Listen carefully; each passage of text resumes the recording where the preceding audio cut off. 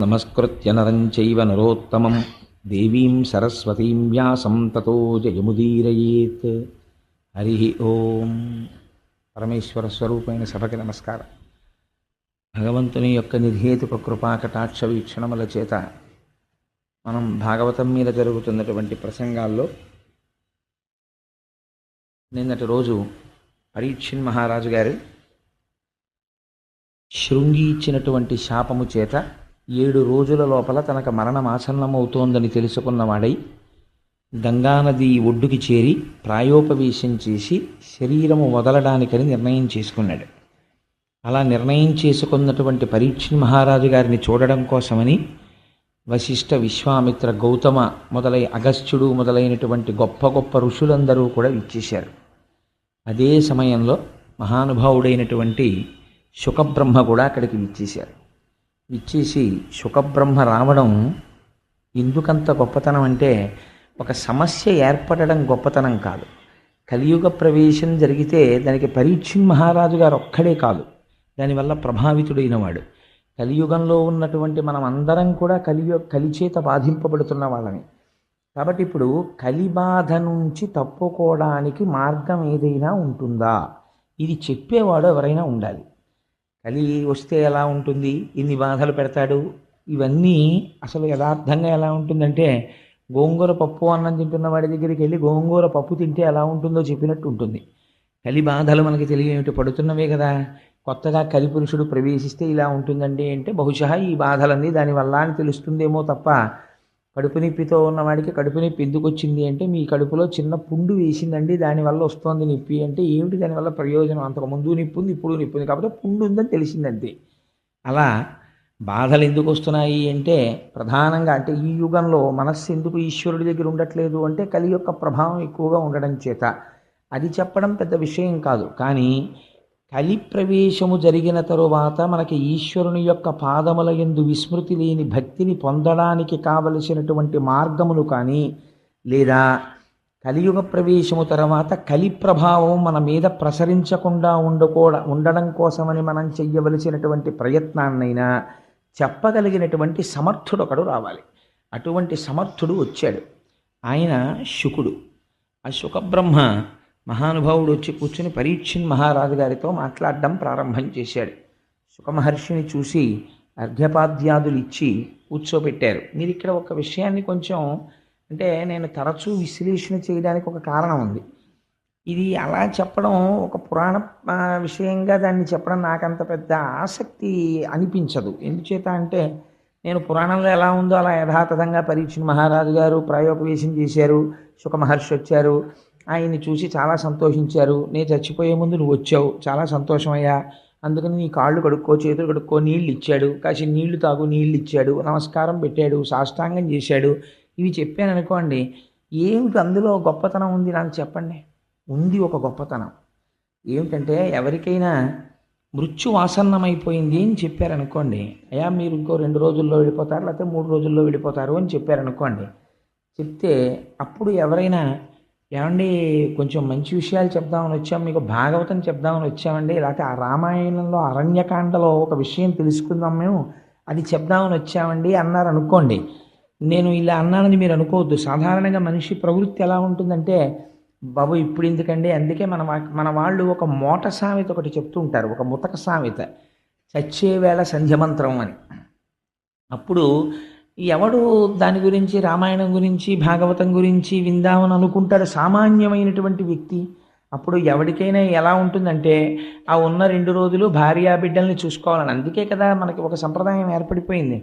Doctor గారు ఈయన వెళ్ళిపోతాడండి అని చెప్పరు. ఎలా చెప్తారంటే, దగ్గర వాళ్ళు ఎవరైనా ఉంటే, ముఖ్యమైన వాళ్ళు ఉంటే టెలిగ్రామ్ కొట్టడమో ఫోన్ చేయడమో చేసి పిలిపించేసుకోండి అని చెప్తారు. అంటే దాని ఉద్దేశం ఏంటంటే, ఇంక ఈయన వెళ్ళిపోతాడు, చిట్ట చివరి చూపు దక్కుతుందని. అందులో మనం దోషం పట్టవలసిన తప్పేం లేదు. ఇంచేత అంటే, లోకము యొక్క పోకడని బట్టి వాళ్ళు చెప్తారు. అలాగా చెప్తే అయిన వాళ్ళందరూ వస్తారు, ఒకసారి ఇంటెన్సివ్ కేర్ యూనిట్ అద్దం దగ్గర నుంచి చూస్తారు, వెళ్ళిపోతారు. వాడికి టెన్షన్ మరీ ఎక్కువైపోతుంది లోపల ఉన్న వాడికి. ఎప్పుడూ రాని వాళ్ళందరూ వచ్చి అద్దం దగ్గర నించున్నారంటే ఏమిటి దాని అర్థం? అంతకుముందు వాడికి అనుభవం లేదేమిటి? సో మనం వెళ్ళిపోయే టైం అయిపోతుంది అన్నమాట అని వాడికి భయం ఎక్కువైపోతుంది. ఎన్ని అటెన్ వేసినా బీపీ రీడింగ్ మాత్రం పెరిగిపోతూనే ఉంటుంది. అది వేరే విషయం అనుకోండి. కానీ ఇక్కడ పరీక్షిన్ మహారాజు గారు ఒక గొప్ప విషయం చేశాడు. పరమధార్మికుడు అని ఎందుకు చెప్పవలసి వచ్చిందంటే, శుకమహర్షి వస్తే ఎవ్వరూ వెయ్యనటువంటి ప్రశ్న ఒకటి వేశాడు. ఈ ప్రశ్న వేస్తే శుకుడు ఏమనాలంటే, ఓ నవ్వు నవ్వి గొప్ప ప్రశ్న అడిగావులేవా, ఇదేం చల్లుతుంది ఏమిటనాలి. వాళ్ళిద్దరు అలా మాట్లాడుకోలేదు, అది విచిత్రం. పరీక్షణ్ మహారాజు గారు అన్నారు, 7 రోజులలో నాకు మరణము ఖాయమన్న విషయము నాకు తెలిసిపోయినది. నేను పాము చేత కరవబడతానని శృంగి శపించాడు. శృంగి నన్ను శపించాడని నేను ఎంత మాత్రమో ఖేదపట్టలేదు. కానీ నేను దేనికి బాధపడుతున్నానంటే, పరమధార్మికులైనటువంటి పాండవుల వంశంలో జన్మించినటువంటి వాడై తపస్సు చేసుకుంటున్నటువంటి బ్రాహ్మీమూర్తి అయ్యున్నటువంటి ఒక మహర్షి యొక్క మెడలో మృత సర్పమును వేశాను. నేను చేయరాని పని చేశాను అని నేను బాధపడుతున్నాను. ఎంత గొప్ప మాట చెప్పాడో చూడండి పరీక్షిత్. ఉరగాధీశులకు నేనొప్పింతు. నేను శృంగి నన్ను ఎలా శపించాడో అలాగే ఈ శరీరాన్ని తీసుకెళ్ళి ఆ పాముకి అప్పజెప్పేస్తాను. మీరు ఆ మాటలు కొంచెం జాగ్రత్తగా వినాలి. వృగాధీశ విషానలంబునకు మేనొప్పింతు, శంకింపను, ఈశ్వర నిర్ణయము మారదు. ఈ శరీరాన్ని తీసుకెళ్ళి వృగాధీశ విషానలంబునకు, పాములకన్నింటికీ కూడా అధిపతి అయిన వాడు ఎవరున్నాడో అటువంటి ఉత్కృష్టమైనటువంటి పాము యొక్క విషానికి ఈ శరీరాన్ని అప్పచెప్పేస్తాను. నేను ఆ పాము రాకుండా ఏం చేద్దాం, ఆ పాముని పట్టే వాళ్ళని ఎవరినన్నా చూడండి, లేకపోతే పాము రాకుండా చుట్టూ అగ్నిజ్వాలలు పెట్టండి, కాపలా కాయండి, ఇంకా సెక్యూరిటీ బీఫప్ చేసేయండి అని నేను ఎప్పుడు అనను. నేను అనేది ఐ యాక్సెప్ట్ ది డెత్. అది అందులో ఉన్న స్టేట్మెంట్. నేను మరణమును అంగీకరించుచున్నాను. ఉరగాధీశ విషానలంబునకు మేనొప్పింతు, శంకింప, ఈశ్వర నిర్ణయము, ఈశ్వర సంకల్పము నేడు మానదు. ఈశ్వరుడు ఏది సంకల్పం చేశాడో అది ఇవాళ మారిపో అంటే మారేది కాదు. భవిష్యజ్జన్మ జన్మంబులన్ హరి చింతారతియున్, హరి ప్రణుతి, భాషాకర్ణ నాసక్తియున్, హరి పాదాంబుజ సేవయున్ కల్గు మీరద్ధిన్ ప్రసాదింపరే. ఇది అడిగాడు ఆయన. అక్కడికి ఎందరో ఋషులు వచ్చారు. వాళ్ళని ఆయన అడిగిన విషయం ఏమడిగాడంటే, నేను వృగాధీశ విషానలంబునకు మేనొప్పింతు, శంకింప, ఈశ్వర సంకల్పము నేడు మానదు. ఈశ్వరుడు ఏమి సంకల్పం చేశాడో ఆ సంకల్పం జరుగుతుంది. ఈ మాట చెప్పడానికండి ఇలా పద్యం రాయాలన్నా, వ్యాసుడి హృదయాన్ని అర్థం చేసుకొని యథాతథంగా తెలుగులో ఇలాంటి మాటలు పడాలన్నా రామచంద్రమూర్తి అనుగ్రహం ఉంది కాబట్టి పడ్డాయి. సాధారణంగా మృత్యు వచ్చేస్తోంది అంటే ఒక రోగం కారణం చెప్తాం. ఆ రోగానికి కారణం ఏం చెప్తాం అంటే, మీరు అలా ఉండకుండా ఉండాల్సిందండి, మీరు అలా చేయకుండా ఉండాల్సింది, మీరు అశ్రద్ధ చేసేసారు, మీరు అక్కడికి వెడితే బాగుండేది, మీరు ఇక్కడికి వెడితే బాగుండేది అంటాడు. తప్పించి మరణము ఆసన్నం అయిపోతోంది, దానికి ఒక కారణము చూపించాలి కాబట్టి ఒక వ్యాధి కనపడుతోంది కాబట్టి 1,000,000 మంది వైద్యులు కూడి వచ్చిన కాని మరణమయ్యడి వ్యాధి మాన్పలేరు. ఈ శరీరం వెళ్ళిపోవడానికి మూట సర్దేసుకుంటోంది కాబట్టి ఇది ఈశ్వర సంకల్పము. కాబట్టి శరీరమును డొల్ల చేయడానికి ఈశ్వరుడు రోగమును పంపించాడు. కాబట్టి ఇది వెళ్ళిపోవడానికి సిద్ధపడిపోతోంది. నేను దీన్ని వెళ్ళిపోవడానికి అంగీకరిస్తున్నాను. ఈశ్వరుడు యొక్క సంకల్పము మారదు, ఇది వెళ్ళిపోతుంది అన్న మాట ఎన్ని కోట్ల మందిలో ఏ ఒక్కడంటాడో నాకు చెప్పండి. పరీక్షిత్ అంటున్నాడు ఇవాళ, వృగాధీశ విషానలంబునకు మేనొప్పింతు, శంకింప, ఈశ్వర సంకల్పము నేడు మానదు. కానీ ఆయన అడుగుతున్నది ఏమిటంటే, నేను చచ్చిపోకుండా చూడండి అని నేను ఎవరిని అడగను, నన్ను రక్షించమని నేను అడగను. పోని ఏమంటే ఆ శాపం ఇచ్చాడు కదా, ఆ శృంగి కాళ్ళు అట్టుకుంటే పోనీ ఆ శాపం ఏమైనా వెనక్కి తీసుకుంటాడా, లేకపోతే దీన్ని ఇంకొక రకంగా మార్చే అవకాశం ఉంటుందా, లేకపోతే దీనికన్నా పై కోర్టు లాంటిది ఏమైనా ఉంటుందా, అక్కడికి వెడితే ఏమైనా కొంచెం మార్పు చేస్తారా, నేను ఎలాగో అలా బతికేస్తే సరిపోతుందా, ఇంత తప్పు చేసినా నేను బతికేస్తే చాలండి. ఈ చౌకబారు మాటలు పరీక్షిత్ మాట్లాడటం లేదు. ఆయన మాటల్లో ఎంత ధృతి ఉందో మీరు చూడండి. ఆ ఒక్క పద్యం పరీక్షిత్ యొక్క హృదయమును, పరీక్షిత్ యొక్క సంస్కారాన్ని ఆవిష్కరిస్తుంది. ఆయన అడుగుతున్నది ఏమిటి అంటే, భవిష్యజ్జన్మ జన్మంబులన్, నాకు భవిష్యత్తులో, భవిష్యత్ అంటే ఏంటి, ఇప్పుడు ప్రస్తుతం ఉన్నది కలియుగమే కదా, మళ్ళీ ఉత్తర జన్మ తీసుకున్నప్పుడు నాకు జన్మము వచ్చినప్పుడు నాకేం కావాలి? హరి చింతారతియున్, నా మనస్సు ఎప్పుడూ శ్రీ మహావిష్ణువునే స్మరిస్తూ ఉండాలి. హరి ప్రణుతి, స్మరించడం కాదు, ఎక్కడైనా స్వామివారి ఉత్సవమూర్తి కనపడ్డా, దేవాలయం కనపడ్డా, స్వామి దేవాలయం కనపడ్డా గభాల శిరస్సు ఉంచి ఇలా నమస్కరించగలిగినటువంటి సంస్కార బలం నాకు కావాలి. అందుకని హరి చింతారతియున్, హరిప్రణుతి, భాషాకర్ణనాసక్తియున్. ఎంత గొప్ప మాట చూడండి అది. బాగా చెప్పేవాడు దొరకాలని ఆయన అనలేదు. ఆయన ఏమన్నాడంటే భాషాకర్ణనాసక్తియున్. ఆ స్వామి గురించి 4 మాటలు చెప్పేవాడు దొరికితే చాలు పరిగెత్తుకుంటూ వెళ్ళి వినేటటువంటి జిజ్ఞాస నాకు కలుగుగాక. అందుచేత భాషాకర్ణనాసక్తియున్, హరి పాదాంబుజ సేవయున్, నిరంతరము ఈశ్వరుడు యొక్క పాద సేవనము చేయగలిగినటువంటి కర్మేంద్రియములు కావాలి. అర్ధిన్, నేను అర్థిస్తున్నది నాకు అవి కలిగేటట్టుగా మీరందరూ నన్ను అనుగ్రహించరా, నాకు ఆశీర్వచనం చెయ్యరా అని అడుగుతున్నాడు. అడుగుతున్న సమయంలో ఎక్కడ ప్రాయోపవేశం చేశాడు? ఉత్తర జన్మలో తనకి ఉత్కృష్టమైనటువంటి జన్మ కోసమని ఆయన అడగలేదు.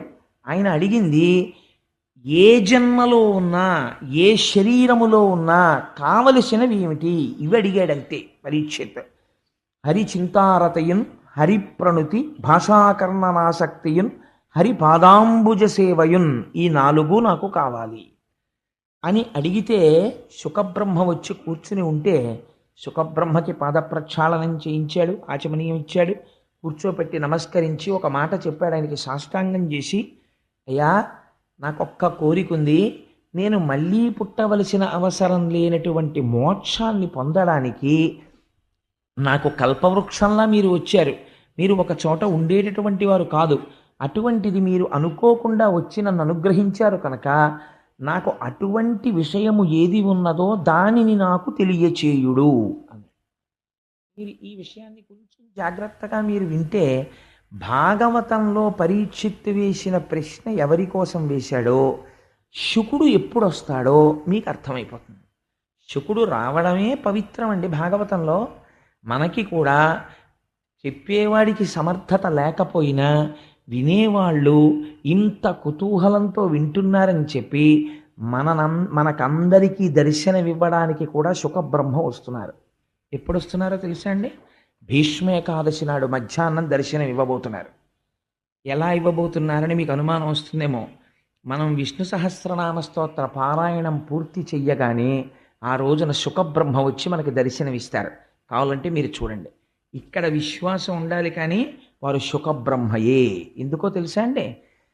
సంసారం అంటే ఏమిటో, వైరాగ్యం అంటే ఏమిటో, భక్తి అంటే ఏమిటో, జ్ఞానం అంటే ఏమిటో జీవితంలో కొలచివేసి ఒక మహాపురుషుడు రాణి నరసింహశాస్త్రి గారి కడుపున పుట్టిన వారై వేదాంగములు చదువుకుని, ఉపనిషత్తులు చదువుకుని, కెమిస్ట్రీలో ప్రొఫెసర్ అయి పిహెచ్డి చేసి, సాంస్క్రిట్లో పిహెచ్డి చేసి, దేశ విదేశాల్లో యూనివర్సిటీస్లో లెక్చర్స్ ఇచ్చినటువంటి ఒక మహాపురుషుడు సన్యసించి దయానంద సరస్వతి మహారాజ్కి శిష్యులై ఇవాళ ప్రపంచవ్యాప్తంగా ఎన్నో దేశాలలో వేదాంతం మీద ప్రసంగం చేసేటటువంటి ఒక మహాపురుషుడైన తత్వవిధానంద సరస్వతి వారు యవ్వనంలో ఉండగా బ్రిటిష్ గవర్నమెంట్ టైంలో ఐపీఎస్కి సెలెక్ట్ అయితే నువ్వు శిఖ తీసేస్తే ఐపీఎస్ ఇస్తా ఉన్నారు.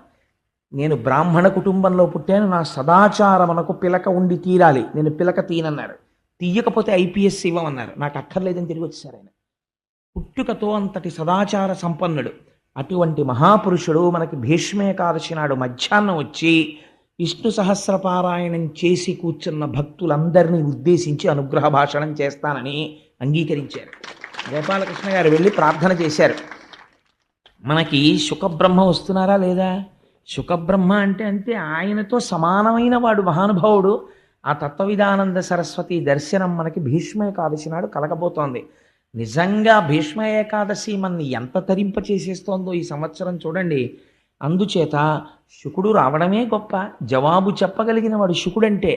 అటువంటి శుకబ్రహ్మ వచ్చి అక్కడ కూర్చుని ఈ మాటలు విని ఒక్క విషయం చెప్పాడు. అంటే గురువు సమర్థత అంటే ఎలా ఉంటుందో చూడండి. గురువు దేని యందు సంగముతో ఉండాలంటే శిష్యుడు యొక్క ఆర్తిని తీర్చగలవాడై ఉండాలి. మీకు ఎదర ఒక చోట వస్తుంది, విశ్వరూపుణ్ణి అడుగుతాడు ఇంద్రుడు, మా భోగములన్నీ నీవి, ఎందుకంటే నువ్వు మా గురువువి, మా భోగములను నువ్వు అనుభవించవచ్చు, మా ఐశ్వర్యమంతా నీదంటాడు. విశ్వరూపుడు నవ్వంటాడు, గురువు శిష్యుల యొక్క ఐశ్వర్యము తన ఐశ్వర్యముగా భావించకూడదు, శిష్యులు తన ఐశ్వర్యముగా భావించాలంతే, అంతవరకే. ఐశ్వర్యమునందు కాంక్ష గురువుకి ఎందుకయా? అలా కాంక్ష ఉన్నవాడు గురువు ఎలా అవుతాడో అని అడుగుతాడు. అందుచేత చూడండి ఎంత ఆశ్చర్యంగా ఉంటుందో. ఈ ప్రశ్న వేస్తే శుకుడు ఏమనాలి?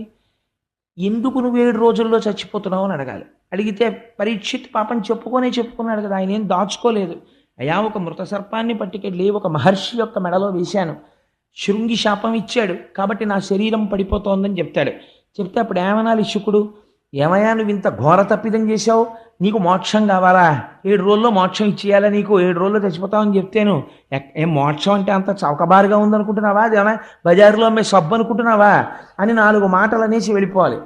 ఆయన ఏమన్నాడో తెలుసా అండి శుకుడు? ఇది గురువు అంటే. ఆచార్యో వేద సంపన్న విష్ణుభక్తో విమత్సర మంత్రజ్ఞో మంత్రభక్తశ్చ సదా మంత్రాశ్రయశృచి గురుభక్తి సమాయుక్త పురాణజ్ఞో విశేషత ఏవం లక్షణ సంపన్న గురురుత్యభిధీయతే. గురువు అనేటటువంటి వాడు గుకారశ్చంధకారశ్చారుకారస్తన్నిరోధకృత్ అంధకార వినాశిత్వాత్ గురురుత్యభిధీయతే. గురుగీతలో పరమశివుడు పార్వతీదేవితో చెప్తాడు, గురువు అంటే ఎవరో తెలుసా? సంతతము ఎవరి వాక్కు అజ్ఞానమును దహించి వేస్తుందో, ఎవరు సమస్త పురాణ సారములను కూడా వడబోసి అలవోకగా అర్థమయ్యేటట్టు చెప్పగలిగినటువంటి వాక్ నైపుణ్యమును పొంది ఉన్నాడో, ఎవరు తన నిత్య జీవితములో అనుష్ఠాన పర్యంతము వరకు భగవద్భక్తిని సాధించుకుని ఉంచుకున్నాడో వాడు గురువు. అందుకే అనేక జన్మ సంప్రాప్త కర్మబంధ విదాహిని అని కొన్ని కోట్ల జన్మల నుంచి మన వెంట తరువుకుని వస్తున్నటువంటి కర్మ పాశములను మనం సంపాదించుకున్నటువంటి పాప రాశి ధ్వంసమైపోవడానికి కావలసినటువంటి మార్గమును ఎవడు ఉపదేశం చేస్తాడో వాడు మాత్రమే గురువు. అందుచేత అనేక జన్మ సంప్రాప్త కర్మబంధ విదాహినే జ్ఞానానల ప్రభావేన తస్మై శ్రీ గురవే నమః. గురువు పైకి భౌతికమైన శరీరంతో కనపడుతుంటాడు, కానీ ఆయన జ్ఞానానల ప్రభావేన జ్ఞానమనేటటువంటి అగ్నిహోత్రముగా ఉంటాడు. ఆయన ఎప్పుడూ ఆయనలోంచి జ్ఞానాగ్ని వెదజల్లుతుంటుంది. అటువంటి ఒక బర్నింగ్ వాల్కెనో లాంటి వాడు ఆయన. అటువంటి వాడు గురువు అంటే. అందుకని గురువు శిష్యుడి యొక్క ప్రశ్నని చూసి అవతల వారు నిరుత్సాహపడేటట్టు మాట్లాడకూడదు. ఎంత అందంగా అన్నాడో చూడండి. వెంటనే శుకుడు అంటాడు, ఇతపూర్వం ఎన్నడూ నేను ఎక్కడా పాలు పితికినంత సేపు కన్నా ఉండనయ్యా, ఇవాళ నీ కోసం నేను ఎలా ఉంటాను? మృత్యుముఖంలో ఉన్నామని నేను ఉంటానా? నేను ఉండను అనలేదు. ఉంటాను 7 రోజులు నీ కోసం అని అనలేదు. తన గురించి తానేమీ చెప్పుకోలేదు. ఆయన చేసిన పని ఏమి అంటే ఒక్క మాట చెప్పాడంతే. ఎంత ధైర్యం వచ్చేస్తుందో చూడండి శిష్యుడికి. నీకు నేను ఒక విషయం చెప్తాను పరీక్షిత్, జాగ్రత్తగా విను. పూర్వం ఖట్వాంగుడు అనబడేటటువంటి ఒక రాజు ఉండేవాడు. ఆ ఖట్వాంగుడు అనబడేటటువంటి రాజు దేవతలకి సాయం చెయ్యడం కోసమని యుద్ధం చెయ్యడానికని భూమిని విడిచిపెట్టి రథానికి స్వర్గలోకానికి వెళ్ళి రాక్షసులతో యుద్ధం చేశాడు. చాలా దీర్ఘకాలము పోరు సాగింది. రాక్షసులు ఓడిపోయారు. ఓడిపోయిన తర్వాత దేవతలందరూ ఖట్వాంగుణ్ణి అభినందించారు. అభినందించిన తర్వాత నీకేం వరం కావాలో కోరుకో, ఇంత మా కోసమని కష్టపడి నువ్వు పైలోకానికి వచ్చి యుద్ధం చేసావు కదా, నీకేం వరం కావాలని అడిగారు. అడిగితే ఆయన అన్నాడు, నాకేం వరం అక్కర్లేదు, కానీ నా ఆయుర్దాయం ఎంత మిగిలిందో చెప్తారా అన్నాడు.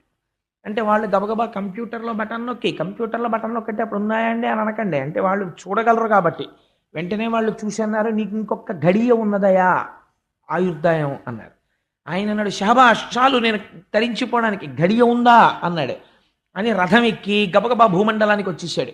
వచ్చేసి అంతఃపురంలోకి వెళ్ళిపోయి ఈ మాట చెప్పేసి ధ్యానమగ్నుడై ఈశ్వరుణ్ణి ధ్యానం చేస్తూ కూర్చొని శరీరాన్ని విడిచిపెట్టేసి మోక్షాన్ని చేరుకున్నాడు. నీకు 7 రోజులు టైం ఉంది, 2 గడియల్లో మోక్షానికి వెళ్ళిన వాడు ఉన్నాడు, నీకు రాకపోవడం ఏమిటి మోక్షం అన్నాడు శుకుడు. ఎంత గొప్ప మాట చూడండి. ఇలా మాట్లాడిన వాడు గురువు. అంతేకాని అదే కష్టం అండి, అవన్నీ ఎలా అవుతాయండి, మీకు చేయలేరండి అవన్నీ, అసలు చాలా కష్టం అండి బాబు మోక్షం అంటే. అది అంత తేలిక అనుకుంటున్నారా అని భయపెట్టేయడానికి గురువు ఎందుకండి ఇంకా. ఉత్సాహాన్ని ప్రోధి చేయడానికి ఈశ్వరుడు సర్వకాలములయందు ఆర్తితో నువ్వు పిలిస్తే పలకడానికి సిద్ధంగా ఉన్నాడయా అని పునశ్చోత్తమ సంత్వవాది మళ్ళీ మళ్ళీ మళ్ళీ మళ్ళీ మంచి మాటలు చెప్పి భాగవతుల్ని భక్తుల్ని భగవంతుడికి దగ్గర చేర్చేటటువంటి ప్రయత్నం చేసేవాడెవడో ఆయన గురువు. అంతేగాని తన పాండితీ ప్రకర్షని ఆవిష్కరించడం కోసం పెద్ద పెద్ద విషయాలన్నీ తీసుకొచ్చి చెప్పేసి అయితే ఇంకా మన జీవితంలో మనకి ఇవేం అర్థం కావురా అనవసరం అని చెప్పి వాళ్ళు చిన్నబుచ్చుకుని వెళ్ళిపోయేటట్టుగా చేసినవాడు గురువు కాడు. శుకుడు తలుచుకుంటే చాలా గహనంగా చెప్పగలడు, కానీ ఆయన అలా చెప్పలేదు. ఎంత అందంగా మాట్లాడాడో చూడండి. భాగవతానికి ఉన్న గొప్ప లక్షణం మీరు ఒక్కటి గమనించాలి. పరీక్షిత్ ఎవరికి ప్రతినిధో తెలుసా అండి?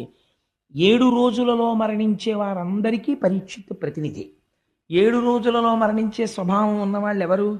ఈ సమస్త జగత్తుకి అదే పరిణామం. ఎందుచేత అంటే ఆయన దేశాన్ని ఏలినవాడు కావచ్చు, మహాజ్ఞాని కావచ్చు, గొప్ప చిత్రకారుడు కావచ్చు, కవి కావచ్చు, పండితుడు కావచ్చు.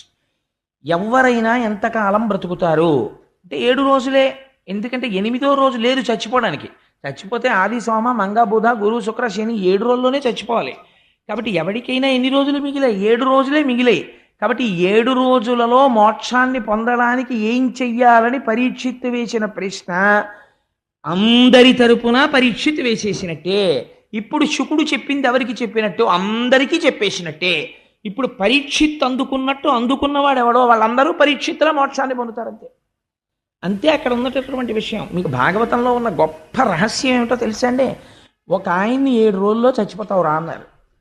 7 రోజుల్లో నేను ఏం చేస్తే మళ్ళీ పుట్టనని మోక్షం పొందాడు ఒక ఆయన. నువ్వు 8వ గర్భానికి చచ్చిపోతావు ఈ అమ్మాయికి అన్నారు ఒక ఆయన్ని. 8వ గర్భానికి నేను చచ్చిపోతానేమోనని బెంగ పెట్టుకుని ప్రతి నిమిషం చచ్చిపోయి ఆఖరిలో చచ్చిపోయి బతికాడు ఒక ఆయన కంసుడు. కాబట్టి ఈయనకన్నా ఆయనకి ఎక్కువ టైం ఉంది, కానీ ఆయన చచ్చిపోతూనే ఉన్నాడు ప్రతి క్షణం చావుకి భయపడి. ప్రపంచంలో చావుకి భయపడడం అంత వెర్రితనం ఇంకొకటి లేదు. ఎందుచేత చావుకి భయపడి మీరు ఎంత దూరం పారిపోగలరు? పోనీ అది ఎప్పుడు వస్తుందో తెలుసా అంటే తెలియదు. శుకుడు చెప్తాడు, అసలు మరణమనేటటువంటి దానికి ప్రధాన కారణమేమి? మరణమనేటటువంటి దాన్ని ఢీకొట్టడానికి కావలసిన ప్రయత్నము చేయకపోవుటయే. మీరు ఒకటి ఆలోచించండి. ప్రతి జీవి కూడా, ప్రత్యేకించి మనుష్యుడు ఏం చేస్తాడు? నేను నా సొంతంగా చెప్పట్లేదు, శుకుడు చెప్పిన మాటలు చెప్తున్నాను. ఒక పొయ్యి, ఒక రోలు, ఇవి శుకుడు వాడిన మాటలు. ఒక పొయ్యి, ఒక రోలు, ఒక భార్య, కొందరు బిడ్డలు, కుటుంబము, సంసారము, ఇవి దేనికి పనికొస్తాయి? తన జీవనయాత్ర సాగించుకోవడానికి పనికొస్తాయి. ఎందుకనంటే రొయ్యి పోలు ఆ రోలు పొయ్యి అని ఎందుకు వాడాడంటే బహుశా ఆ రోజుల్లో ధాన్యం తెచ్చుకుని దంచుకుని ఉడికించుకునేవారు కాబట్టి. ఇవి 2 దేహయాత్ర సాగించడానికి.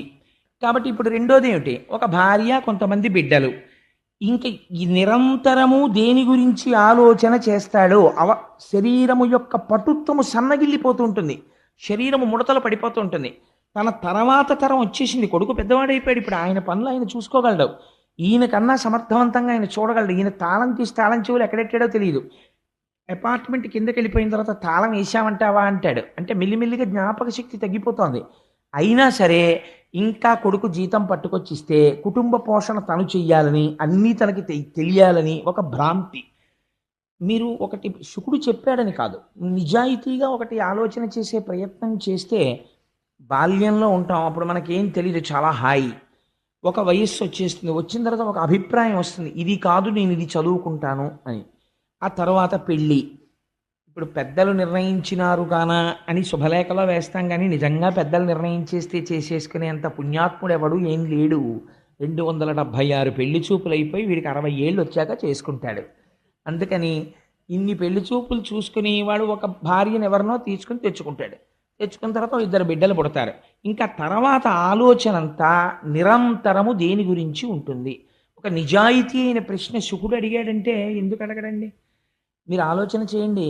మనకి ఉన్నటువంటి చాలా గొప్ప లక్షణం ఏంటంటే పూజ గది అని ఒక గది ఉంటుంది మనకి. మనకి చాలా పెద్ద రిలీఫ్ ఎక్కడ వస్తుందంటే పొద్దున్న ఒక్క 10 నిమిషాలు అందులో కూర్చుంటే చాలు, ఇంకా దాని గొడవ మళ్ళీ మర్నాటి వరకు లేదు. మిగిలిన వాటితో ఇలా ఉండదు. అన్నం తిన్నాడు అనుకోండి, మళ్ళీ ఎవరో జంతికలు ఎట్టుకొచ్చారనుకోండి, 4 ముక్కలు ఇలా పడే అంటాడు. అదేంటి తిన్నాను కదా అన్నం ఇప్పుడు ఎందుకు 3 గంటలకు పెడుతూ కానీలే అనడు. లేకపోతే ఎవరో మినపసున్ను అట్టుకొచ్చారనుకోండి, అవి ఎంత బాగా చేశారో అనండి మినపసున్ను అన్నారనుకోండి, ఏదో మినపసున్ను పెట్టు అంటాడు. ఇప్పుడు ఎందుకు రాత్రి భోజనంలో వేయి అనలేడు. ఇంద్రియములకు లొంగుతాడు. ఏది పోతన గారి భాగవతం బట్రా ఖాళీగా ఉందని ఇంకోసారి చదువుకుంటాను అధ్యాయం అనలేడు. చదివేశాను కదండి అదంతాను అంటాడు. లేకపోతే సుందరకాండ చెప్తున్నారండి అన్నారనుకోండి, ఆయనకి ఏం పనండి బాబా, అస్తమానం సుందరకాండ చెప్తాడు, ఇప్పటికి ఎన్ని మాటలు చెప్పాడో, ఎన్ని మాటలు విన్నామో, సుందరకాండ అంతా నాకు వచ్చాను, సుందరకాండకి నేను ఇది ఏంటంటాడు. విశ్వనాథ సత్యనారాయణ గారు రామాయణ కల్పవృక్షంలో దెప్పి పొడిచాడు. తిన్నా అన్నం తింటం లేదా, చేసిన సంసారం చెయ్యట్లేదా, చదివిన రామాయణం చదవడానికి నీకు వచ్చిన తెగులు ఏమిటని అడిగాడు ఆయన. అందుకని మనకి భగవత్ సంబంధమైన విషయం దగ్గరికి వచ్చేటప్పటికి ఒక విముఖత, పూజామందిరంతో ఉండేటటువంటి సంబంధం అన్నిటికన్నా బాగా ఎక్కడ తగ్గిపోతుందో తెలుసా అండి? వృద్ధాప్యంలోనే. ఎందుకంటే చెప్పడానికి ఒక సాకు ఒకటి దొరుకుతుంది. మోకాళ్ళ నొప్పులు కదండి, వెళ్ళినా కూర్చోలేని కోడలు దీపం పెడుతుంది అంటాడు. మరి పోనీ విష్ణు సహస్రం చదువుతారా అండి అంటే, నాకు నోటికి రాదండి, చదువుదాం అంటే ఇప్పుడు ఏంటంటే విశ్వం విష్ణు వషత్కారం అంటానా కళ్ళమ్మ నీళ్ళు వచ్చేస్తాయి, కనపడదు. టీవీకి చూడడానికి కనపడుతుంది, అదే విచిత్రం. ఒకవేళ దగ్గర నుంచి వినపడకపోతే దూరం నుంచి కూర్చొని చూస్తాడు. డాక్టర్ గారి దగ్గర కూడా ఏం చెప్తాడంటే, టీవీ కనపడటం లేదు డాక్టర్ గారు సరిగ్గాను అంటాడు, విష్ణు సహస్రం కనపడటం లేదండి అని చెప్పడం. అందుకని ఏమైపోతుందంటే భ్రాంతికి లోనైపోయి జీవితాన్ని గడిపేస్తాడంటే. ఒక గహనమైన వేదాంత విషయం చెప్పేటప్పుడు కొద్దిగా అది మీకు లైటర్ వెయిన్లో చెప్తే బాగుంటుందని నేను జోడించాను తప్ప, నా ఉద్దేశ్యం భాగవతాన్ని ఒక జోకులమయం చేయడం నా ఉద్దేశ్యం కాదు. అందుకని ఇలా జీవితం గడిచి వెళ్ళిపోతున్నది, నీ దృష్టికోణమునందు ఎప్పుడైనా ఒక మార్పు వచ్చినదా? అసలు ఎప్పుడైనా ఒక ప్రశ్న అడిగినవాడు ఉన్నాడా? నేను ఎక్కడి నుంచి వచ్చాను ఈ లోకంలోకి? కొంతకాలం ఉన్నాను, ఈశ్వరానుగ్రహం, అకాల మృత్యువేం రాలేదు, మనవల వరకు వచ్చేసాను, ఇంకా సమయమా అయిపోతోంది కాబట్టి తెలిసిపోతోంది, వెళ్ళిపోవడం తథ్యం. చాలామంది వెళ్ళిపోయారు, మా నాన్నగారు వెళ్ళిపోయారు, మా నాన్నగారికి తద్దినం పెడుతున్నాను, మా అమ్మగారు వెళ్ళిపోయారు, మా అమ్మగారికి తద్దినం పెడుతున్నాను, మా అక్కయ్య ఒకటి వెళ్ళిపోయింది, మా అక్కయ్యకి ప్రతి సంవత్సరం నేను స్మరించి నమస్కారం చేస్తున్నాను. కాబట్టి ఇవాళో రేపో లేదా 10 ఏళ్ల తర్వాతో 20 ఏళ్ల తర్వాతో ఎప్పుడో ఒకప్పుడు ఇది వెళ్ళిపోవడం ఖాయం. కాబట్టి ఇది కూడా వెళ్ళిపోతుంది, ఇది కూడా వెళ్ళిపోతుంది. కాబట్టి ఏదో సంసారంలోకి వచ్చిన తర్వాత ఓ కొడుకు పుట్టినప్పుడు వాడి పేరు మీద ఏదో డిపాజిట్ మొదలెట్టాను, పిల్ల పెళ్లికనో డిపాజిట్ మొదలెట్టాను, కాస్త యుక్త వయస్సు వచ్చిన తర్వాత మంచి సంబంధాలు దొరికితే బాగుండని ఆ దృష్టికోణంలో కనపడ్డ వాళ్ళందరినీ విచారణ చేసేవాడిని. పైకి చెప్పకపోయినా ఫలానా వాళ్ళ అమ్మాయి అంటే ఆ అమ్మాయి మన కోళ్ళు అయితే ఎలా ఉంటుందే అని ఆలోచించేవాడిని, లేకపోతే మన అమ్మాయి వాళ్ళింటి కోళ్ళు అయితే ఎలా ఉంటుందే అని ఆలోచించేవాడిని. అవన్నీ అయిపోయాయి. ఇప్పుడు ఇంకా మిగిలింది ఏమిటి? మనవలు కూడా పుట్టేశారు, వాళ్ళ సంసారాలు వాళ్ళు చేసుకుంటున్నారు. నాకంటూ ఇంకా ఏమైనా ఉందా? దృష్టికోణం మార్చుకోవలసింది. నేను చెయ్యవలసినది ఏదైనా ఉన్నదా? ఈశ్వరుడి గురించి నేను తపించగలనా? అంటే మన నోటి వెంటనే వచ్చేటటువంటి సమాధానం ఏమి? మనం ఏం చెప్తామంటే, పెద్ద వయసు అయిపోయింది కదండి, ఏమీ పడదు, ఎక్కడికి వెళ్తామండి, ఎక్కడికి వెళ్ళి కూర్చుంటాం, ఎక్కడికైనా వెళ్ళి ఉండాలని ఉంటుంది, మాకు మాత్రం గుళ్ళు గోపురాలు తిరగాలని ఉండదు ఏమిటి, వెడితే కూర్చోలేం, కూర్చుంటే నిలబడలేం, తింటేనేమో అరగదు అంటే శుకుడు అన్నాడు, వీటికి నీకు పడుకోవడానికి జీవితాంతం పరుపు కావాలని అనుకుంటున్నావు. ఆఖరి ఊపిరి ఆగిపోయే ముందు మొదట చేసే పని ఏమిటో తెలుసా? మంచం మీద పోతాడేమోనని కింద పడుకోబెడతారు. ముందే ఎందుకు పడుకోవు?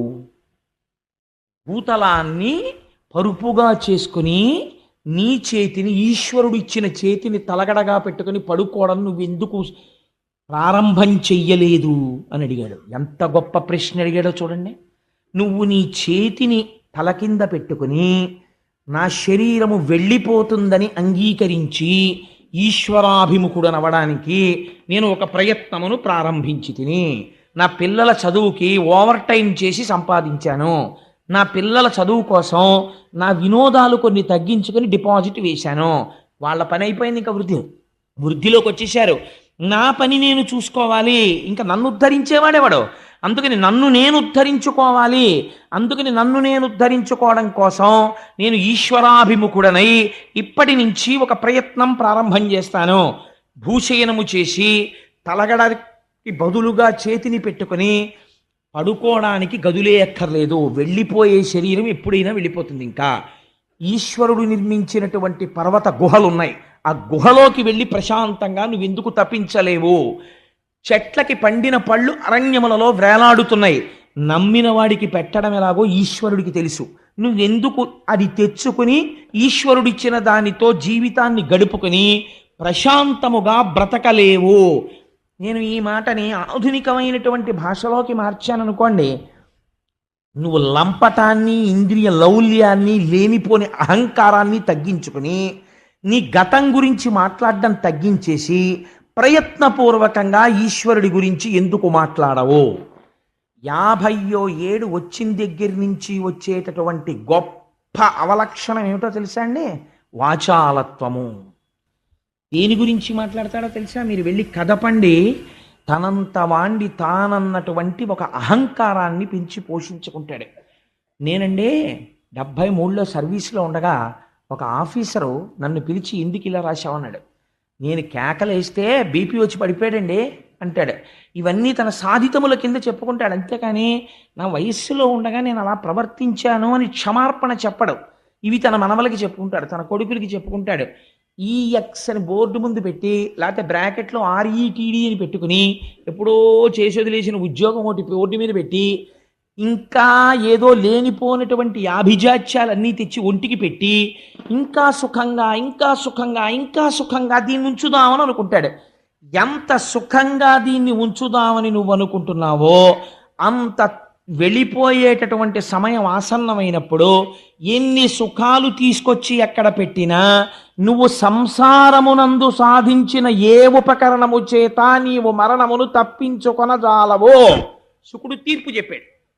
నీ భార్య కానీ, నీ బిడ్డలు కానీ, మనవలు కానీ, నీ క్వాలిఫికేషన్ కానీ, నీ వాహనాలు కానీ, నీ ఉద్యోగం కానీ, నువ్వు సంపాదించిన డబ్బు కానీ ఇవేమీ రావు. శంకరాచార్యుల వారు వాత పెట్టి చెప్పారు, కింవానేన ధనేన వాజికరిభిప్రాప్తేన రాజ్యేన కింవా పుత్ర కళత్ర మిత్ర పశుభిర్దేహేన గేహేన కిం జ్ఞాతైతక్షణభంగురం సపతిరోత్యద్యం మనోదూరతః స్వాత్మార్థం కురు వాక్యతో భజ భజ శ్రీపార్వతీ వల్లభం. నేననుకున్నటువంటి ఈ శరీరమే రాకుండా కట్టెదుట అగ్నిహోత్రములో కాలి దోషుడు బూడిదైపోతుంది ఒక్క అరగంటలో. ఏది నామరూపాలు? ఒక ఫోటో మిగిలిపోయింది అంతే, అది కూడా వాడు పెట్టుకోకపోతే ఏ గొడవ లేదు. కాబట్టి ఏమైపోయింది? ఇంత ఆభిజాత్యం పోయిందంతే. ఎక్కడికి వెళ్ళిపోయావు? గుర్తించని కారణము చేత మళ్ళీ వెళ్ళిపోయి హీనోపాధులలోకి వెళ్ళిపోతున్నావు.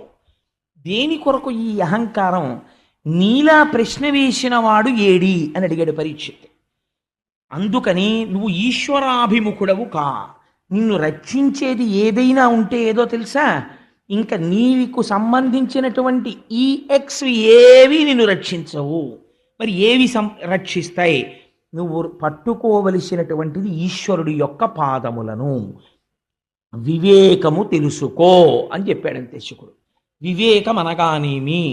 ఇంతకాలము ఏ ఇంద్రియ లంపటమునందు పడి ఉన్నావో దానినే పట్టుకొని ఆ సంసారమునే పట్టుకుంటే మృత్యువుని తప్పించుకోవడము సాధ్యము కాదు. మరి మృత్యువుని ఎలా తప్పించుకోగలవు? ఈశ్వర పాదములు పట్టుకో. ఈశ్వర పాదాలు పట్టుకుంటే మృత్యువు రాదా అండి అని మీరు అడగచ్చు. మృత్యువు రాదు. ఆ మాట నేనంటే మీరు మృత్యువు రాదంటే ఏమంటే మరి అలా అయితే చాలామంది పెద్దవాళ్ళు ఈశ్వరుణ్ణి కొలిచారు కదా, వాళ్ళందరూ ఎందుకు మృత్యువాత పడ్డారని అడగచ్చు. మృత్యువాత పడినది దేహము, ఆత్మకి మృత్యువు లేదు. ఆత్మకి మృత్యువు లేదని ఆత్మగా నిలబడిపోయిన వాడు మృత్యువుని పొందట్లేదు, మోక్షాన్ని పొందుతున్నాడు. దేహము తాననుకున్నవాడు మృత్యువుని పొందుతున్నాడు.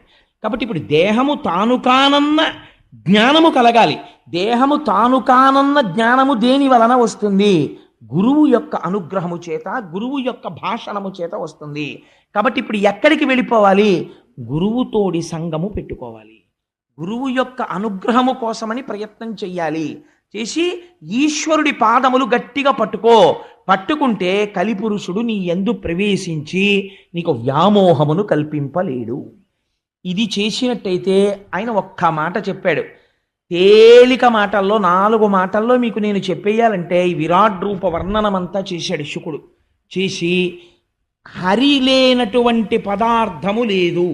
ఋషులు, సముద్రములు, భూమి, పంచమహాభూతములు ఇవన్నీ కూడా ఈశ్వరుడి యొక్క అంగాంగములై ఉన్నాయి. కాబట్టి ఎక్కడ చూసినా ఉన్నది ఈశ్వరుడు ఒక్కడే. కానీ ఈశ్వరుడు కనబడడం లేదు. ఎందుకు కనపడటం లేదు? అదే మాయ. అది నామరూపముల యందు కలిగినటువంటి తాదాత్మ్యత తదధిష్టానమైనటువంటి బ్రహ్మమునందు కలగదు. అలా కలగాలంటే ఏమవ్వాలి? మాయ తొలగిపోవాలి. మాయ ఎప్పుడు తొలగిపోతుంది? ఆ ఉన్నది మాయ అని తెలిస్తే మాయ తొలగిపోతుంది, అంతే. అదొక గమ్మత్తు. అది మాయ అండి అని తెలిసిందనుకోండి, మాయ పోతుంది, అంతే. అలా ఎలాగాని మీరు నన్ను అడగచ్చు. రామకృష్ణ పరమహంస ఒక అందమైన ఆఖ్యానం చెప్తారు. వెనకటికి ఒక మహానుభావుడు ఒక ఆయన ఒక ఆశ్రమంలో ఉండేవట్ట. ఆయనకి ఒక రోజున ఎందుకో ఉన్నది ఒక్కడే ఒక్క శిష్యుడు. ఆ శిష్యుడు కాస్త ఎక్కడికో వెళ్ళాడు ఊరు. అయ్యా మళ్ళీ వస్తానండి, వారం రోజులు ఏదో ఇంట్లో ముఖ్యమైన పని ఉందని వెళ్ళిపోయాడు. ఈయనకి పాపం అలా వెళ్ళిపోతూ వెళ్ళిపోతూ ఒక శిష్యుడి యొక్క అవసరం ఏర్పడింది. ఒక శిష్యుడు ఉండాలి పక్కన. ఆయనకి ఎందుకు వచ్చిందో ఆ ప్రారంధం, ఒక మేకలు కాసుకునేవాడిని చూసి, ఒరే అబ్బాయి నువ్వు ఒక 4 రోజులు నా శిష్యుడిగా ఉంటావా అన్నాడు. ఆయన అన్నాడు, ఉంటాను కానండి, నాకేం తెలియదే శిష్యుడిగా ఉండడానికి, నాకు ఏ విషయమూ తెలియదు, మీకు సంబంధించినవి ఏం చేయనన్నాడు. నీకు నేను చక్కగా గుండు చేసి పిలక పెట్టించేసి విభూతి పిండికట్లు పెట్టేసి ఓ పంచె నేనే గట్టిగా కట్టేసి ఓ యజ్ఞోపవీతం ఒకటి వేసేసి ఆశ్రమంలోకి తీసుకెళ్ళి కూర్చోబెడతాను. చూసినవాడు నువ్వు బ్రాహ్మణ వటువువి, బ్రహ్మచారి అనుకుంటారు. నువ్వు చేయవలసింది ఏమిటో తెలుసా? నోరు విప్పకంతే. నువ్వు నోరు విప్పావో తెలిసిపోతుంది. అలాగేనండి, అయితే ఇంకేముంది, చాలా తేలిక అన్నాడు.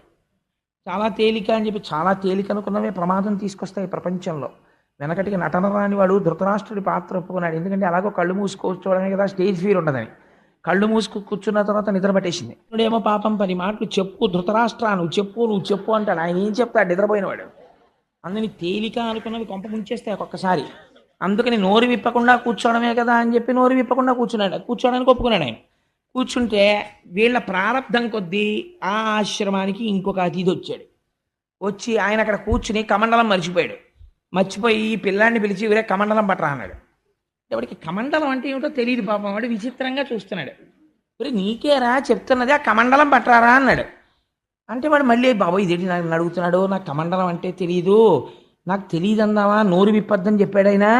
ఎలాగని చూస్తున్నాడు. ఆయన 4-5 మాటలు అడిగి, ఎరా కమండలం తేరా అంటే నాకు నువ్వు కానీ మేకలు కాసుకునేవాడు ఏంటిరా అన్నాడు. అనగానే లేచి పారిపోయాడు ఈయన. ఎందుకు పారిపోయాడు అంటే మేకలు కాసుకునేవాడే అని తెలియగానే వాడు పారిపోయాడు. ఇది మాయా అని గురుముఖంగా తెలియగానే మాయ తొలగిపోతుంది. మమ మాయా దురచ్చయ, అప్పటి వరకు అది తొలగదు. దానికి ఈశ్వరానుగ్రహము తోడైతే తొలగుతుంది. తొలగితే ఏమవుతుంది? లోపల ఉన్న ఆత్మ భాషిస్తుంది. చంద్రుడు ఒక సరోవరంలో ప్రతిబింబిస్తూ ఉంటాడు చీకట్లో. అలలు కదులుతుంటాయి. మెల్లిగా కదులుతున్న అలలకి చంద్రబింబం కూడా కదులుతున్నట్లుగా అనిపిస్తుంది. నిజంగా చంద్రబింబం కదిలిందా? కదలలేదు. అసలు చంద్రబింబం అలాగే ఉంది. నీరు కదలిక వల్ల ప్రతిబింబం కదిలినట్లు మీకు కనపడుతోంది. కదిలినది నీరు తప్ప కదిలినది ప్రతిబింబము కాదు. అలాగే అజ్ఞానము చేత తాదాత్మ్యమును పొంది ఈ దేహము తానన్న భీతి ఎక్కువై ఆ భీతియే మృత్యువు. కాదు నేను ఎప్పుడూ ఉండే ఆత్మని, అది తెలుసుకుంటోంది, అది తెలుసుకుంటున్నది నేను, అది ఎప్పుడూ ఉంటుంది, దానికి మృత్యువు లేదు. ఇది పడిపోతున్నప్పుడు కూడా ఇది పడిపోతోందని అది సాక్షిగా తెలుసుకుంటుంది. ఇది పడిపోయాక కూడా బయటకు వచ్చి ఆహా ఇది పడిపోయిందని నా ఫోటో నేను చూసుకున్నట్టు అది దీన్ని చూస్తుంది. అది నేనైనప్పుడు ఈ పడిపోయేదాంతో నాకేం సంబంధం? అది పడిపోతుంది, అది సహజం, దానికి మృత్యువు, నాకు మృత్యువు లేదు అని అంగీకరించగలిగి అలా నిలబడగలిగితే మాయ తొలగినది. కానీ అది నేను చెప్పేసినంత తేలికని మీరు అనుకుంటున్నారేమో, అదంత తేలిక వెంటనే పట్టేసుకుంటుంది. కాబట్టి అలా స్థిరముగా నిలబడడానికి ఏది మార్గమో, మరి ఎలా నిలబడుతుందండి అది అంటే ఆయన ఒక మాట చెప్పాడు, హరిమయము విశ్వమంతయు. ఈశ్వరుడి కోసం నువ్వు ఎక్కడ తిరగక్కర్లేదు పరీక్షిత్. అసలు ఉన్నది శ్రీహరి ఒక్కడే, అది తప్ప ఇంకొకటి లేదు. హరిమయము విశ్వమంతయు, హరి విశ్వమయుండు. ఎంత గొప్ప మాట వేసేసారో చూడండి. విశ్వము హరి, హరి విశ్వము. ఇంకొక పదార్థం ఏం లేదు, ఉన్నది ఒకటే రెండుగా అలా ఇలా కనపడుతోంది. శుకుడు ఒక ఉపమానం కూడా చెప్పాడు. ఇలా చూసినప్పుడు నా ఎదురుగుండా కూర్చున్న తల్లి ఒక్కరు కనపడతారు, నేను నా గుడ్డుని ఒక వేలుతో ఇలా పొడిచాను అనుకోండి, నా ఎదురుగుండా కూర్చున్న ఆవిడ రెండు కింద కనపడతారు. నా వేలితో గుడ్డుని ఇలా పొడవడం వల్ల నా ఎదురుగుండా ఉన్న వ్యక్తి రెండుగా కనపడినట్టు అజ్ఞానము చేత లోకములో ఈశ్వరుడు, లోకము ఇంకా ఇంకా ఇంకా ఇంకా అలా కనపడుతున్నాయి. కానీ జ్ఞాననేత్రము చేత చూస్తే ఉన్నదొక్కటే. కాబట్టి హరిమయము విశ్వమంతయు, హరి విశ్వమయుండు, సందేహింప పని లేదు. హరిమయము కాని ద్రవ్యము పరమాణువు లేదు వంశపావన వింటే.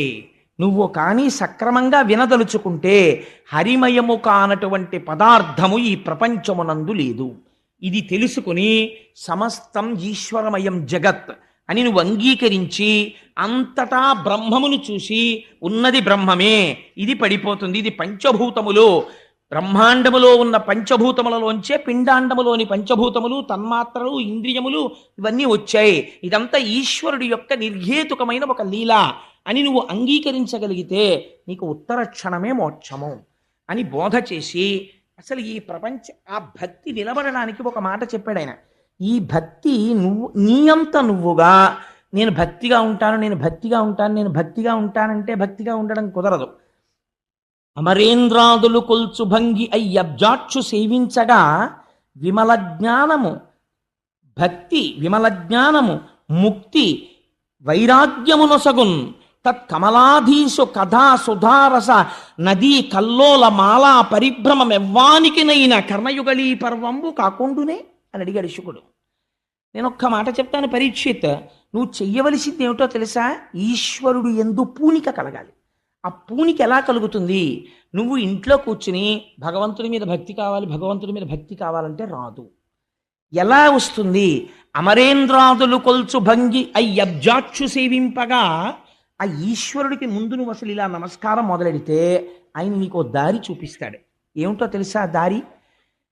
ఆ మహానుభావుని యొక్క కథా సుధారస నదీ కల్లోల మాలా పరిభ్రమమెవ్వానికనైన కర్ణయుగళీ పర్వంబు కాకుండునే భగవంతుని యొక్క కథలు వినడం అనేటటువంటి స్థితికి తీసుకుని వెడతాడు. కాబట్టి కొన్ని కోట్ల కోట్ల కోట్ల జన్మల వరకు అసలు భాగవతం వైపుకు కానీ భగవత్ కథ వైపుకి కానీ వెళ్ళలేడు. వెళ్ళాడు అంటే వాడి జీవితంలో ఒక గొప్ప మార్పు ప్రారంభమైనది. ఎందుకని? అది విసుగులేనిది, ఆశాంతము రక్షణనీయగలిగినది. మలాపరిభ్రమమెవ్వానికినైన కర్ణయుగళీ పర్వంబు కాకుండునే.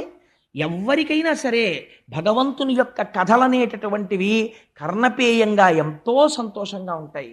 ఆ భగవంతుని యొక్క కథలను వినడము నువ్వు ప్రారంభిస్తే భక్తి కలుగుతుంది. భక్తితో వాడు సర్వేశ్వరుడు, వాడంతటా ఉన్నాడు, ఇక్కడ ఉన్నాడు, చేయిస్తున్నవాడు వాడు, చూస్తున్నవాడు వాడు అన్న భావన నీకు కలిగిన నాడు నీకు తెలియకుండా భక్తిలో ఒక విచిత్రం ఏర్పడుతుంది. ఏమిటో తెలుసా అండి? ఏదో పూజ గదిలోకి వెళ్ళి ఒక పావు గంటో అరగంటో కూర్చుని పూజ చెయ్యడం కాదు. ఒక పాత్ర ఈ చేత్తో పట్టుకుని ఒక పాత్ర నిండా నూనె తీసుకుని ఈ పాత్రని ఇలా వంపితే ఇందులోంచి సన్నటి తైలధార ఈ పాత్రలోకి పడుతుంటే ఎలా పడుతుందో అలా కొంతకాలానికి ఏమైపోతుందంటే పానీయంబులు త్రాగుచున్ కుడుచుచున్ భాషించుచున్ హాసలీలా నిద్రాదులు చేయుచున్ తిరుగుచున్ సంతత శ్రీనారాయణ పాద పద్మజుగళీ చింతామృతాస్వాద సంధానుండై మరచన్ అన్నట్లుగా పడుకుంటాడు. పడుకుంటూ పడుకుంటూ ఈశ్వర ఏం ఆశ్చర్యమయా, ఇంత అలిసిపోయిన నా శరీరాన్ని పరుపు మీద పెట్టానంతే. కానీ ఇప్పుడు నిద్ర ఎవరిస్తారు? నువ్వు ఇస్తావు. ఎలా ఇస్తావు నాకే తెలియదు. ఎప్పుడు నిద్ర పడుతుందో పడుకుంటాను, అది వచ్చి ఆవరిస్తుందంతే. నేను నిద్రాకాలిక సుఖమును పొందుతాను. అదేమన్నా ఆపరేషన్ చేసినట్టు బాధగా ఉంటుందా? హాయిగా ఉంటుంది. ఎంత ఔదార్యమయ్యనిది. నేను పడుకుని నిద్రపోతే తెల్లవారేటప్పటికి నువ్వేం చేస్తావు? నా ఇంద్రియాలకన్నింటికి మళ్ళీ బలం ఇచ్చేస్తావు. మళ్ళీ కళ్ళు సంతోషంగా చూస్తాయి, మళ్ళీ ముక్కు వాసన చూస్తుంది, ఆనందంగా నిద్రలేస్తాను. నిద్ర లేవగానే తెల్లవారుతోందని చెప్పి ఈశ్వరుడి ముఖం చూసి ఒక నమస్కారం చేసి భగవంతుడి గురించి జ్ఞాపకం తెచ్చుకొని ఓ సుప్రభాతం చేసుకుంటూ, ఇప్పుడు వెంకటాచలం అలా ఉంటుంది, శ్రీశైలంలో అలా ఉంటుంది, ఇప్పుడేమో ప్రాతస్మరామి గణనాథ మనాథ బంధుం సింధూరపూర పరిశోభిత గండ యుగ్మం ఉద్దండ విఘ్న పరిఖండ నచండ దండ మా ఖండలాది సురనాయక బృంద వంద్యం అని చదువుతూ ఢమరుకలు మోగిస్తుంటారని ఆలోచన చేస్తూ స్నానం చేస్తాడు. అక్కడికి వెళ్ళి కూర్చుంటాడు, ఏదో చదవబోతాడు, ఏదో జ్ఞాపకానికి వస్తుంది, ఏదో ఆలోచిస్తూ ఉంటాడు, ఏది భగవంతుడి గురించే. అయిపోతుంది. భోజనం దగ్గరికి వస్తాడు, ఏం ఆశ్చర్యం, ఎక్కడ పండిన గింజలో నా ఇంటికి తెచ్చాడు, అగ్నిహోత్రము తానయ్యాడు, తాను ఉడికించాడు, ఇక్కడికి తెచ్చాడు, నేను ఇలా నోట్లో పెట్టుకుంటే రుచి రూపంలో సుఖాన్ని ఇస్తాడు, కడుపులోకి వెళ్ళాక జీర్ణం చేస్తాడు. ఏం ఆశ్చర్యం రా నిజంగా. ఇంత పిసరు మలము పైకొస్తే నేనే భరించలేనంత దుర్వాసన. అటువంటి మలము నా శరీరంలో ఉండగా 9 రంధ్రములున్నటువంటి శరీరంలో 2 కళ్ళు, 2 ముక్కులు, 2 చెవులు, నోరు 7, మలద్వారం 8, మూత్రద్వారము 9 రంధ్రములున్న బుడగలోంచి దుర్వాసన రాకుండా శాసనం చేస్తున్నాడు. ఇంట్లో ఒక్క వెలగపండు ఉంటే వాసన వచ్చేస్తుంది, లోపల ఇన్ని మలమూత్రాలుంటే ఇంత వాసన పైకి రాకుండా కాపాడుతున్నాడు. ఏం ఆశ్చర్యమయ్యా ఈశ్వర, ఏమిటయ్యా నీ లీల, నిజంగా ఎంత ఉపకారం చేస్తున్నావయ్యా అంటాడు. ఇప్పుడు మీరు చెప్పండి, ఈ భక్తికి ఒక నియమము, ఒక సమయము అవసరమా? స్వప్నమునందు కూడా, కలలో కూడా ఇదే ఏదో ఆలోచిస్తుంటాడు. అలవాటైపోయింది ఆ మనస్సు. ఆ మనస్సు ఎక్కడ చేరింది? భాగవతానికి ఉన్న రహస్యం ఇదే. మనస్సుకుండేటటువంటి చాలా గొప్ప బలము, చాలా గొప్ప బలహీనత ఒక్కటే గుర్తుపెట్టుకోండి. అది తెలుసుకోకుండా భాగవతం వింటే అసలు అర్థం లేదు. మనస్సుకున్న చాలా గొప్ప బలం ఏమిటో తెలుసా అండి? అదే బలహీనత కూడా. మీరు ఉండమన్న చోట అది ఉండదు. మీరు మనస్సుని తీసుకెళ్ళి, రేపు సత్యనారాయణ స్వామి వారి వ్రతం చేస్తాం కదా, సుబ్రహ్మణ్య శర్మ గారు ఎలా చదువుతారో మీరు చూద్దరు, కానీ ఒక్కొక్క గ్రహాన్ని పిలుస్తారు, ఎలా పిలుస్తారో మనం నిజంగా దృష్టి పెట్టి వింటూ ఉంటే ఆ ఆభరణాలు, ఆ దుస్తులు, ఆ రథం, వాళ్ళు ఎక్కొస్తూ ఉంటారు. నిన్ననే ఆ లోపల సుబ్రహ్మణ్య శర్మ గారు మల్లాని చంద్రశేఖర శాస్త్రి గారు ఉటంకిస్తూ ఒక మాట అనుకున్నాం. మీరు పెట్టే అక్షతాగ్రహం, వక్కాగ్రహం, డబ్బాగ్రహం, శబ్దశక్తికి వస్తారు దేవతలు, వచ్చి కూర్చుంటారు అక్కడ. అంత జాగ్రత్తగా నడవాలి ఆ కార్యక్రమం.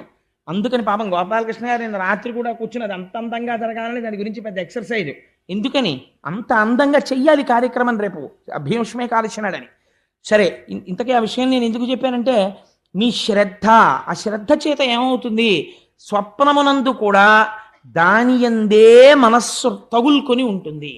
అనుషంగికముగా ఇతర వ్యాపారములు నడుస్తుంటాయి, కానీ లోపల మాత్రం ఎప్పుడు దాని యందే నిలబడిపోయి ఉండిపోతాడు. ఇది ఎలా ఉంటుంది అంటే, రమణ మహర్షి ఒక గొప్ప ఉదాహరణ చెప్తారు. ఆడవాళ్ళు నీటి కడవలు తల మీద పెట్టుకుని నడిచి వెళ్ళిపోతూ ఉంటారు. నడిచి వెళ్ళిపోతున్నప్పుడు ఒకళ్ళతో ఒకళ్ళు మాట్లాడుకుంటూ వెళ్ళిపోతూ ఉంటారు, కానీ కాలు దేని మీదైనా ఒక రాతి మీద పడింది అనుకోండి అని ఇలా కాలు పట్టుకోరు, అని కుండ పట్టుకుంటారు. తల మీద ఉన్న కుండని రక్షించుకోవడం దృష్టి ఉంటుంది. మాట్లాడుకుంటూ, నవ్వుకుంటూ, మాటలు చెప్పుకుంటూ వెళ్ళిపోతుంటారు. ఇవన్నీ జరుగుతున్నా దృష్టి తల మీద ఉన్న కుండ మీద ఉన్నట్టు భక్తి పరిణతి చెందితే నువ్వు ఏ పనిలో ఉన్నా నీ మనస్సు ఈశ్వర పాదముల దగ్గర ఉంటుంది. భక్తికి చేరగలుగుతాడు. ఎక్కడ ప్రారంభం? ఈశ్వర కథ వినడంతో ప్రారంభం. ఇప్పుడు మనస్సు ఏమైంది? ఒక బలహీనత ఉన్నది. ఏమిటా బలహీనత? నువ్వు ఈశ్వరుడి దగ్గర ఉండదు, వెళ్ళిపోతుంది ఇంకో చోట. ఇప్పుడు వెళ్ళిపోయే మనస్సే బలం. ఇప్పుడు మీరు దాన్ని వెళ్ళిపోవడం ఎలా వెళ్ళిపోయేటట్టు చేస్తున్నారు? మీరు ఆలంబనం అందిస్తున్నారు దానికి భాగవతం చెప్పారు. ఇప్పుడు ఈ భాగవతంలో ఏం చెప్తారు? భగవంతుడి యొక్క లీలావతార వర్ణనం, ఎన్ని అవతారాలు ఎత్తాడు, ఎలా చేశాడు, ఎదురెదురు మీరు వింటారు. దక్షయజ్ఞ ధ్వంసం దగ్గర నుంచి ఇవాళ అదృష్టం ఉంటే మనకి ఆదివరాహమూర్తి వస్తారు, యజ్ఞవరాహమూర్తి. ఆ వరాహమూర్తి అవతారం దగ్గర నుంచి ఇవన్నీ వచ్చేస్తే మీరు విని విని విని విని విని రాత్రి ఇంటికి వెళ్ళి పడుకున్నారనుకోండి, మీకు ఆ యజ్ఞవరాహమూర్తి యొక్క ఆవిర్భావం కనపడుతుంటుంది. ఎలా కనపడుతుంది? నీ చెప్తే కనపడదు, మీ మనస్సు లగ్నమైతే కనపడుతుంది. ఇక్కడ అదే వినపడుతుంటుంది. రాత్రి నిద్రపోతున్నా ఈ మాటలు చెవులో వినపడుతుంటాయి. ఇప్పుడు ఏమైపోయింది మీ మనస్సు? అంతకుముందు టీవీ సీరియల్ మీద ఉండేది, ఇప్పుడు యజ్ఞవరాహమూర్తి మీద ఉంటుంది. తప్పు దానిదా, ఆసారాన్ని అందివ్వడంలో తేడా చేసిన మనదా? మీరు ఇంద్రియాల్ని ఎలా వాడితే అది అలా పుచ్చుకుంటుంది, దాని తప్పే ఉండదు. మీరు తీసుకెళ్ళి దుష్ట వస్తువు ముందు దాన్ని పెట్టారనుకోండి, దాన్నే పట్టుకుంటుంది. అందుకే మీరు ధ్యానంలో ఒక మాట చెప్తారు, మీరు చూడండి. దీపం వంక మీరు అలా చాలాసేపు చూసి కళ్ళు మూసుకున్నారనుకోండి, వెంటనే దీపశిఖ కళ్ళల్లో కనపడుతుంది. మీరు ఇంద్రియాలతో ఏ వస్తువుని తాదాత్మ్యతతో జాగృతిలో చూశారో దాన్నే స్వప్నంలో కూడా చూపిస్తూ ఉంటుంది. సాధ్యమైన త్వరలో సంస్కారము కూడా దాన్ని బట్టి వస్తూ ఉంటుంది. మీరు దానికి ఈశ్వరుని అలవాటు చేసేశారనుకోండి, గుళ్ళోకి వెళ్ళడం, ప్రదక్షిణం చేయడం, ఎప్పుడు ఏదో భగవంతుడి గురించి మాట్లాడుకున్న ముందు మొరాయిస్తుంది, "బా, వద్దు వద్దు వద్దు" అంటుంది. కానీ దానికి ఉన్న గొప్పతనం ఏమిటో తెలుసా అండి, ఊరుకుంటుంది. సరేలే అయితే అదే బాగుందంటుంది. మీరు బలవంతంగా ఓ 3 నెలలు గుడికి తీసుకెళ్ళడం అలవాటు చేయండి శరీరాన్ని. ఓ రోజు మీరు మానేశారనుకోండి, ఇవాళ గుళ్ళోకి వెళ్ళలేదు, ఇవాళ గుళ్ళోకి వెళ్ళలేదు, ఇవాళ గుళ్ళోకి వెళ్ళలేదు అంటుంది. అది విచిత్రం. ఈ లక్షణం పాముకుందండి. ఇలా మనిషి కనపడితే బుస్సుమనే పాము 10 మాటలు పాముల వాడు అలవాటు చేస్తే అంతమంది మనుషులు చుట్టూ కూర్చున్నా సరే వాడు ఊతుంటే అది పడగ విప్పలా ఆడుతుంది. ఒక పావుకి అలవాటైంది మన మనస్సుకు అలవాటు చేయలేకపోతే దోషం ఎవరిది? మనదే. మన యందు ప్రయత్నం లేదు.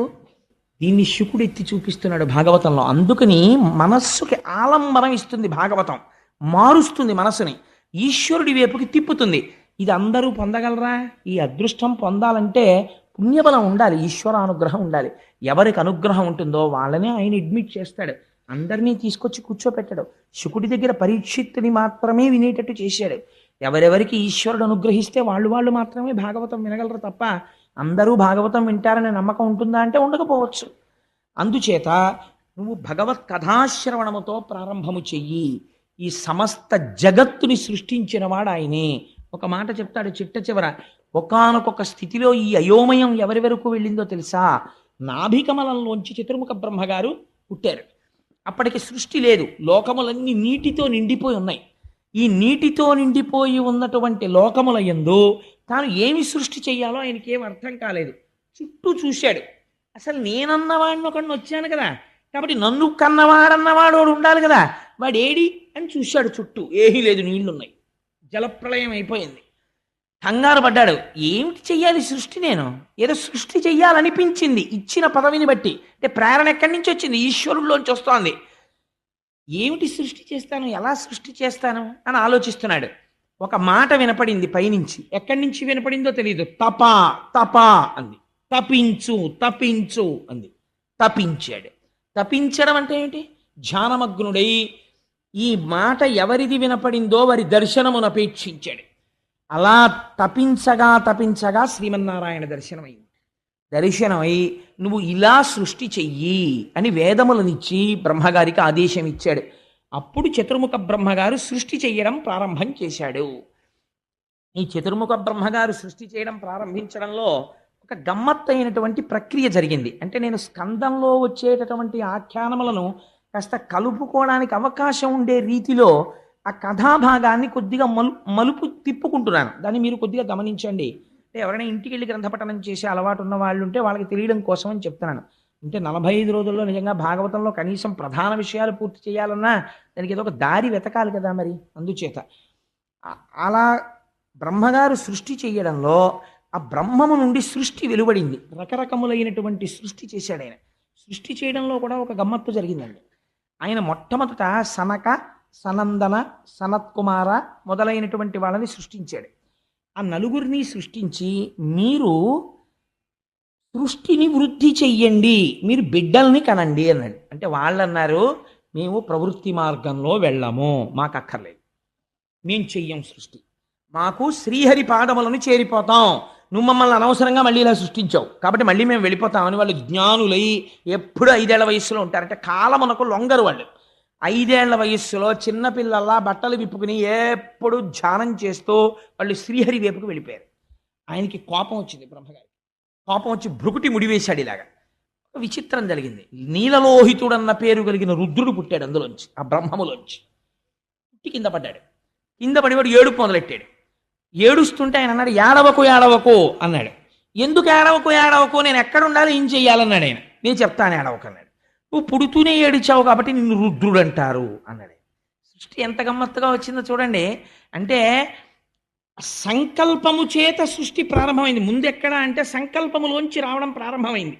దానికి ఆ మిథున సృష్టి అంటారు. ఇప్పుడున్నటువంటి సృష్టి మిథున సృష్టి. అంటే స్త్రీ పురుష మైథునం చేత సృష్టి జరుగుతూ ఉంటుంది, లేదా జీవరాశులలో స్త్రీ పురుష మైథునం చేత సృష్టి. అది కాదు, అది సంకల్ప సృష్టి. కేవల ఈశ్వర సంకల్పముతో సృష్టి జరుగుతుంది. అప్పుడు ఆయన కింద పడ్డాడు. కింద పడితే ఆయనకో 8 భార్యల్ని 8 రూపాలని ఇచ్చి నువ్వు అలా ఉండు, సృష్టి చేయి అన్నాడు. అంటే ఆయన కొన్ని గణములను సృష్టించాడు. వాళ్ళు ఉన్న వాళ్ళని తినేయడం మొదలెట్టారు. మళ్ళీ పిలిచి అన్నాడు, నువ్వేం చెయ్యకో, తపస్సు చేసుకుంటూ కూర్చో చాలన్నాడు. అంటే ఆయన తపస్సు చేసుకుంటూ కూర్చున్నాడు. ఆ తర్వాత వీళ్ళు ఇలా వెళ్ళిపోయారనుకుని ఆలోచన మొదలుపెట్టాడు. ఇలా కూర్చుని ఆలోచిస్తుంటే ఠంగున ఆయనలోంచి శ్రీమన్నారాయణుడు వచ్చి పడ్డాడు. అలాగే ఆయన శరీరంలోంచి రకరకాల భాగాలలోంచి రకరకాల మహర్షులు బయటకు వచ్చారు. బ్రహ్మగారి ఒడిలోంచి నారద మహర్షి బయటకు వచ్చారు. ఆయన వీపులోంచి అధర్మం వచ్చింది, అధర్మంలోంచి మృత్యు వచ్చింది. ఆయన ముందు భాగంలోంచి ధర్మం వచ్చింది. ఇవన్నీ ఈశ్వరుడు అంటే విరాట్ పురుషుడై ఉంటాడు. సృష్టి చెయ్యాలన్న సంకల్పంలో ముందు వచ్చింది. అప్పుడు ఆయన అనుకున్నాడు, ఇలా కాదు, ఇలా నేను సంకల్ప వికల్పాలు చేస్తూ ఎంత సృష్టి చేస్తాను, ఇలా కాదు అని ఒక ఆలోచన. మీకు నేను ఒక విషయం, నేను మా దొరగారితో ఇవాళ కారులో వస్తూ అన్నా, ఇది నేను వేరికి మీకు చెప్పను దొరగారు అని, కానీ నేను ఎందుకో మళ్ళీ చెప్పాలని అనిపిస్తోంది కాబట్టి చెప్పేస్తున్నాను. దీన్ని మీరు మరో రకంగా భావించకండి. దాని లోపల ఉండే అంతరార్థం చాలా విశేషంగా ఉంటుంది. అంటే ఒక్కొక్కసారి సృష్టి చేసేవారి యందు కూడా మోహము కలుగుతుంది. బ్రహ్మగారు ఒక స్త్రీని సృష్టించాడు. సృష్టించి ఆ స్త్రీ యందు మోహమును పొందాడు. పొందితే ఋషులు చెప్పారు, అదేమిటి నువ్వు సృష్టించిన స్త్రీ యందు నీకు మోహం ఏమిటన్నారు. వెంటనే ఆయన అన్నాడు, ఇది సృష్టికి ఉండేటటువంటి లక్షణము. కాబట్టి ఏ శరీరముతో అలా మోహం పొందానో దాన్ని నేను వదిలిపెట్టేస్తున్నాను ఆ శరీరాన్ని అన్నాడు. అని ఆ శరీరం వదిలేడు. వదిలితే అది ఏమవ్వాలి? ఆ శరీరం అది పొగమంచు అయింది. అదే పొగమంచు మనకి రోజు కళ్ళకి అడ్డంగా వస్తుంది చూసారా. అందుకే అది ఎదుటగా ఉన్నటువంటి విషయాన్ని కనపడనివ్వదు. కళ్ళు మూసుకుపోయాయిరా అంటారు. పొగమంచు అపకారమే తప్ప ఉపకారం చేయదు. రైలుకి సిగ్నల్ కూడా కనపడదు. ఆ బ్రహ్మము విడిచిపెట్టినటువంటి శరీరమే పొగమంచుగా మారింది.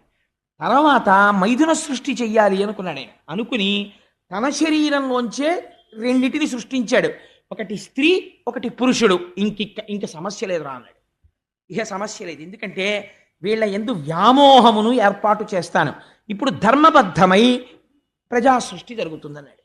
అలా మొట్టమొదట సృష్టించిన వాళ్ళల్లో మొట్టమొదట పుట్టినవాడు స్వయంభువ మనువు. ఆయన భార్య పేరు శతరూప. వీళ్ళిద్దరూ పుట్టారు. పుట్టిన తర్వాత బ్రహ్మగారు అన్నారు, కొడుకు తండ్రిని సంతోష పెట్టాలి, నువ్వు సృష్టి చేయి అన్నారు. అంటే ఆయన 5 బిడ్డల్ని కన్నాడు. కానీ వచ్చి, నాన్నగారు నేను 5 బిడ్డల్ని కన్నాను అన్నాడు. ఎవరు వాళ్ళు అని అడిగాడు. అడిగితే ఒకడి పేరు ప్రియవ్రతుడు, ఒకడి పేరు ఉత్తానపాదుడు, ఒక ఆవిడ పేరు అకూతి, ఒక ఆవిడ పేరు ప్రసూతి, ఒక ఆవిడ పేరు దేవహూతి అని 3 స్త్రీలు, 2 మగపిల్లలు, 5 పిల్లల్ని కన్నానన్నాడు. ఇప్పుడు ఏం చెయ్యను అన్నాడు. శ్రీహరిని సంకీర్తనం చేస్తూ యజ్ఞయాగాది క్రతువులు చేస్తూ సమస్త ప్రాణులను రక్షిస్తూ పరిపాలన చేయి. ఆయన అన్నాడు, అలా పరిపాలించడానికి నాన్నగారు భూమి ఎక్కడుందండి అన్నాడు. ఏమిట్రా భూమి ఏమైపోయింది అన్నాడు. మీరు సృష్టి తామరతంపరగా ఎలా పెంచాలా అని ఆలోచన చేస్తూ ఉన్న సమయంలో ఈ భూమి ప్రళయంలో వచ్చినటువంటి సముద్ర జలములలో పడిపోయి రసాతలానికి వెళ్ళిపోయింది, పాతాళ లోకానికి. ఇప్పుడు ఆ భూమిని పైకి తీసుకొస్తే ప్రాణులన్నీ భూమి మీదకి చేరుతాయి. అప్పుడు ఇంకా సృష్టి జరిగి ఇంకా ప్రాణులు వచ్చి అప్పుడు దీన్ని పరిపాలించడానికి ఆనుకూల్యత ఏర్పడుతుంది. ఇప్పుడు ఆ భూగోళాన్ని పైకెత్తండి అన్నాడు. అమ్మగారు ఆలోచించాడు, ఇదేంటి ఇలా ఎలా ఎత్తుతానరా, ఇలా ఎలా కుదురుతుంది, ఈ భూమిని ఇప్పుడు రసాతలం నుంచి పైకి ఎవరు తీసుకొస్తారు అని ఆలోచిస్తున్నాడు. ఇక్కడ వరకు విన్నారు కదండి. ఇప్పుడు ఒక విషయం వినండి. సంకల్ప సృష్టి ఎలా జరుగుతుందో, ఈయన సంకల్పం చేయగానే వెనక నుండి చేయిస్తున్నవాడు ఒక ఆయన ఉన్నాడు. ఆయనే ఇన్నిగా వస్తున్నాడు. ఆయన ఇప్పుడు ఎలా వచ్చాడో తెలుసా అండి? ముక్కులోంచి ఊడి కింద పడ్డాడు.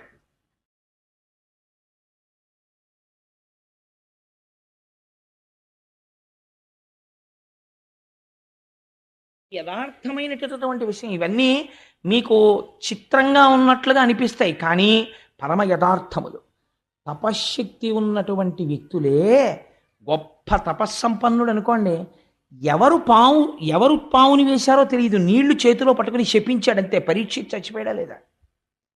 అటువంటిది తపోశక్తికి ఆలవాలమైనటువంటి వాడు. ఆయన చేసినటువంటి సంకల్పము ఈశ్వరుడు యొక్క అనుగ్రహంగా జరిగిపోతుంటుంది. అందుకని ఆయన నాసికారంధ్రములలోంచి కింద పడింది. ఎవరు పడ్డారు? ఒక చిన్న వరాహమూర్తి ఒకటి కింద పడింది.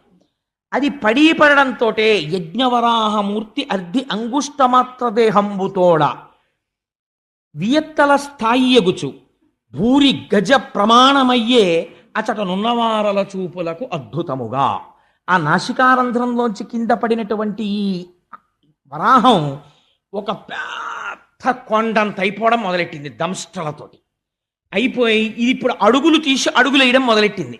దీనికి ఎవరు ఏం చెప్పలేదు నువ్వు ఇలా చెయ్యాలని. అందరూ ఆశ్చర్యపోతారు, ఇది ఎక్కడి నుంచి వచ్చింది రోయ్ అని చూస్తున్నారా ఉన్నవాళ్ళు ఋషులు. వాళ్ళకి అర్థమైంది, ఈ సంకల్పమును అనుసరించి భూగోళాన్ని పైకెత్తడానికి ఈశ్వరుడు ఎవడు మొట్టమొదటి నుంచి చివరి వరకు ఉంటున్నాడో వాడు వచ్చాడు. అంటే మొదటి అవతారము వచ్చినది. ఇప్పుడు ఎవరు వచ్చారు? అసలు మనం అందరం ఉండడానికి కావలసినటువంటి భూమిని పైకెత్తి మనకి నివాసం ఇవ్వడానికి ఈశ్వరుడు ఈ రూపమును పొంది వచ్చి ఉన్నాడు. ఎంత కృతజ్ఞులమై ఉండాలి ఆయనకి. ఇవాళ మనం ఉన్నామంటే ఆయన కృతజ్ఞత. ఇది మొదటి అవతారంగా వచ్చేసింది. ఇది యజ్ఞవరాహం కింద వచ్చింది. వస్తూ ఏం చేసింది? అడుగులు తీసి అడుగులు వేస్తోంది. వేస్తూ సముద్రంలో దూకింది. దూకితే పెద్ద చప్పుడు వచ్చింది.